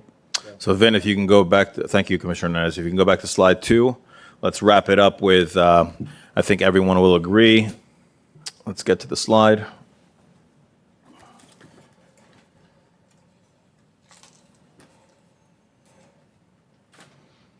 So there is consensus to adopt the water and wastewater master plan. Of course, that'll allow you to get grants and loans and to movement, which is important. On the question of the regional biosolids facility, I would say to be determined pending answering some of the questions that were raised, and that'll be brought forward. Consensus for the 5-year CIP and core infrastructure. None of us feel like we have a choice, and we're taking your analysis and all of our consultants' word for it. And I asked during my one-on-ones to take a tour of the existing conditions of the plant. I imagine maybe the entire commission some of us would like to see that. So if you could offer that to all of us, so we can observe some of the conditions. Consensus to adopt the septic to sewer program, yes. In alignment with the stormwater master plan and a Vision 2050 type outlook seems to be the consensus. Consensus at the funding level and fee structure is to be determined on let's just call it next stage numbers. How that's borne by utility rates, general fund, long-term debt, what are the interest rates, well, what are we assuming in some of that cost? Let's drill down to that. Fairness and equity in the allocation of the charges, current customers, not current customers, what have you. I mean, there's ways to, initiate assessment areas, annual assessments. There's different ways to skin the cat, as was said, on the funding side. So I would like City Manager, the whole of the city government's brain trust, City Manager's office, David Keller on down to help look at all the various options. Maybe we ought to pursue additional legislation that looks to change the way the state of Florida does this to help us, because of the staggering cost over the years. That could all be worked out while we begin the first year's stages of this work. Not all of that needs to be resolved before we say yes. There's a lot of years with the ramp-up slide that you showed where we're conducting work, but we're not yet out of the ground on the septic or sewer, obviously. So on that end, maybe we can change the way the state of Florida funds this and influence that. And then on the sewer ordinance, I think that's pretty easy to be able to come up with a consensus in the end when it's presented on connection issues and on. But the inflow and infiltration issue is real, and there's a great benefit. So I don't want you to feel there is lack of consensus on taking that on, but the issue of clog-driven, household-driven, visits to repair a lateral for that reason, as opposed to the city's proactive I&I program. If there could be cost recovery there, I think it makes great sense what Commissioner Hernandez said to look at that. So I think that's the consensus, City Manager. Mayor, I forgot something, one question that we haven't addressed. Vacant land. How are we going to address the issue of someone that, even though there may not be much in Hollywood, but there is some vacant land, and they may very well be getting the benefit of our investment, yet they won't be paying a nickel or a dime or anything for it. If they don't have a meter. They don't have a meter and they don't hook up, yet when they're getting ready to do their development, everything's already there. Maybe that could be looked into as well. And the impact and I think we may have impact fees, but I don't believe that we have impact fees when it comes to utilities. We have reserve capacities, and the reserve capacity doesn't come anywhere near what some of the residents are going to be paying for years until that gets development, and Georgia may be able to have an answer. No, that's fine, that's fine. I just in general, and we will bring back some more, perspective on that. I just want to, in addition to thanking Vin and Phyllis and Cassandra and our consultants for the presentation, I want to thank the commission for, one, the patience to sit still through the long presentation and discussion. I know that's not easy to absorb all that, but secondly, for the consensus building and the direction today, because this gives us what we need to drill down into the details for a third workshop to bring you all these issues back in detail and the pieces of those different elements for actual formal action adoption, so that we can actually, today we've begun and move forward, and that's progress, and that's something that hasn't happened for decades, and that's important, and we appreciate it. Thank you. And one of the things that I wanted to ask, the stormwater part wasn't talked about today, in how we're going to be charging the people that are getting the benefit versus the other. I don't know if we have given clear direction when it comes to that, and if not, that could be part of the third presentation, or did I miss? The stormwater rate is in effect. It's $22 ERU. Okay. And that's funding everything now. The 20. Yeah. It's in effect, and it's funding the whole program as it stands. 5 years from now, when we get into the really big projects, it looks like we may only need to increase that $22 rate by about $5 or $7 to pay for the $300 million.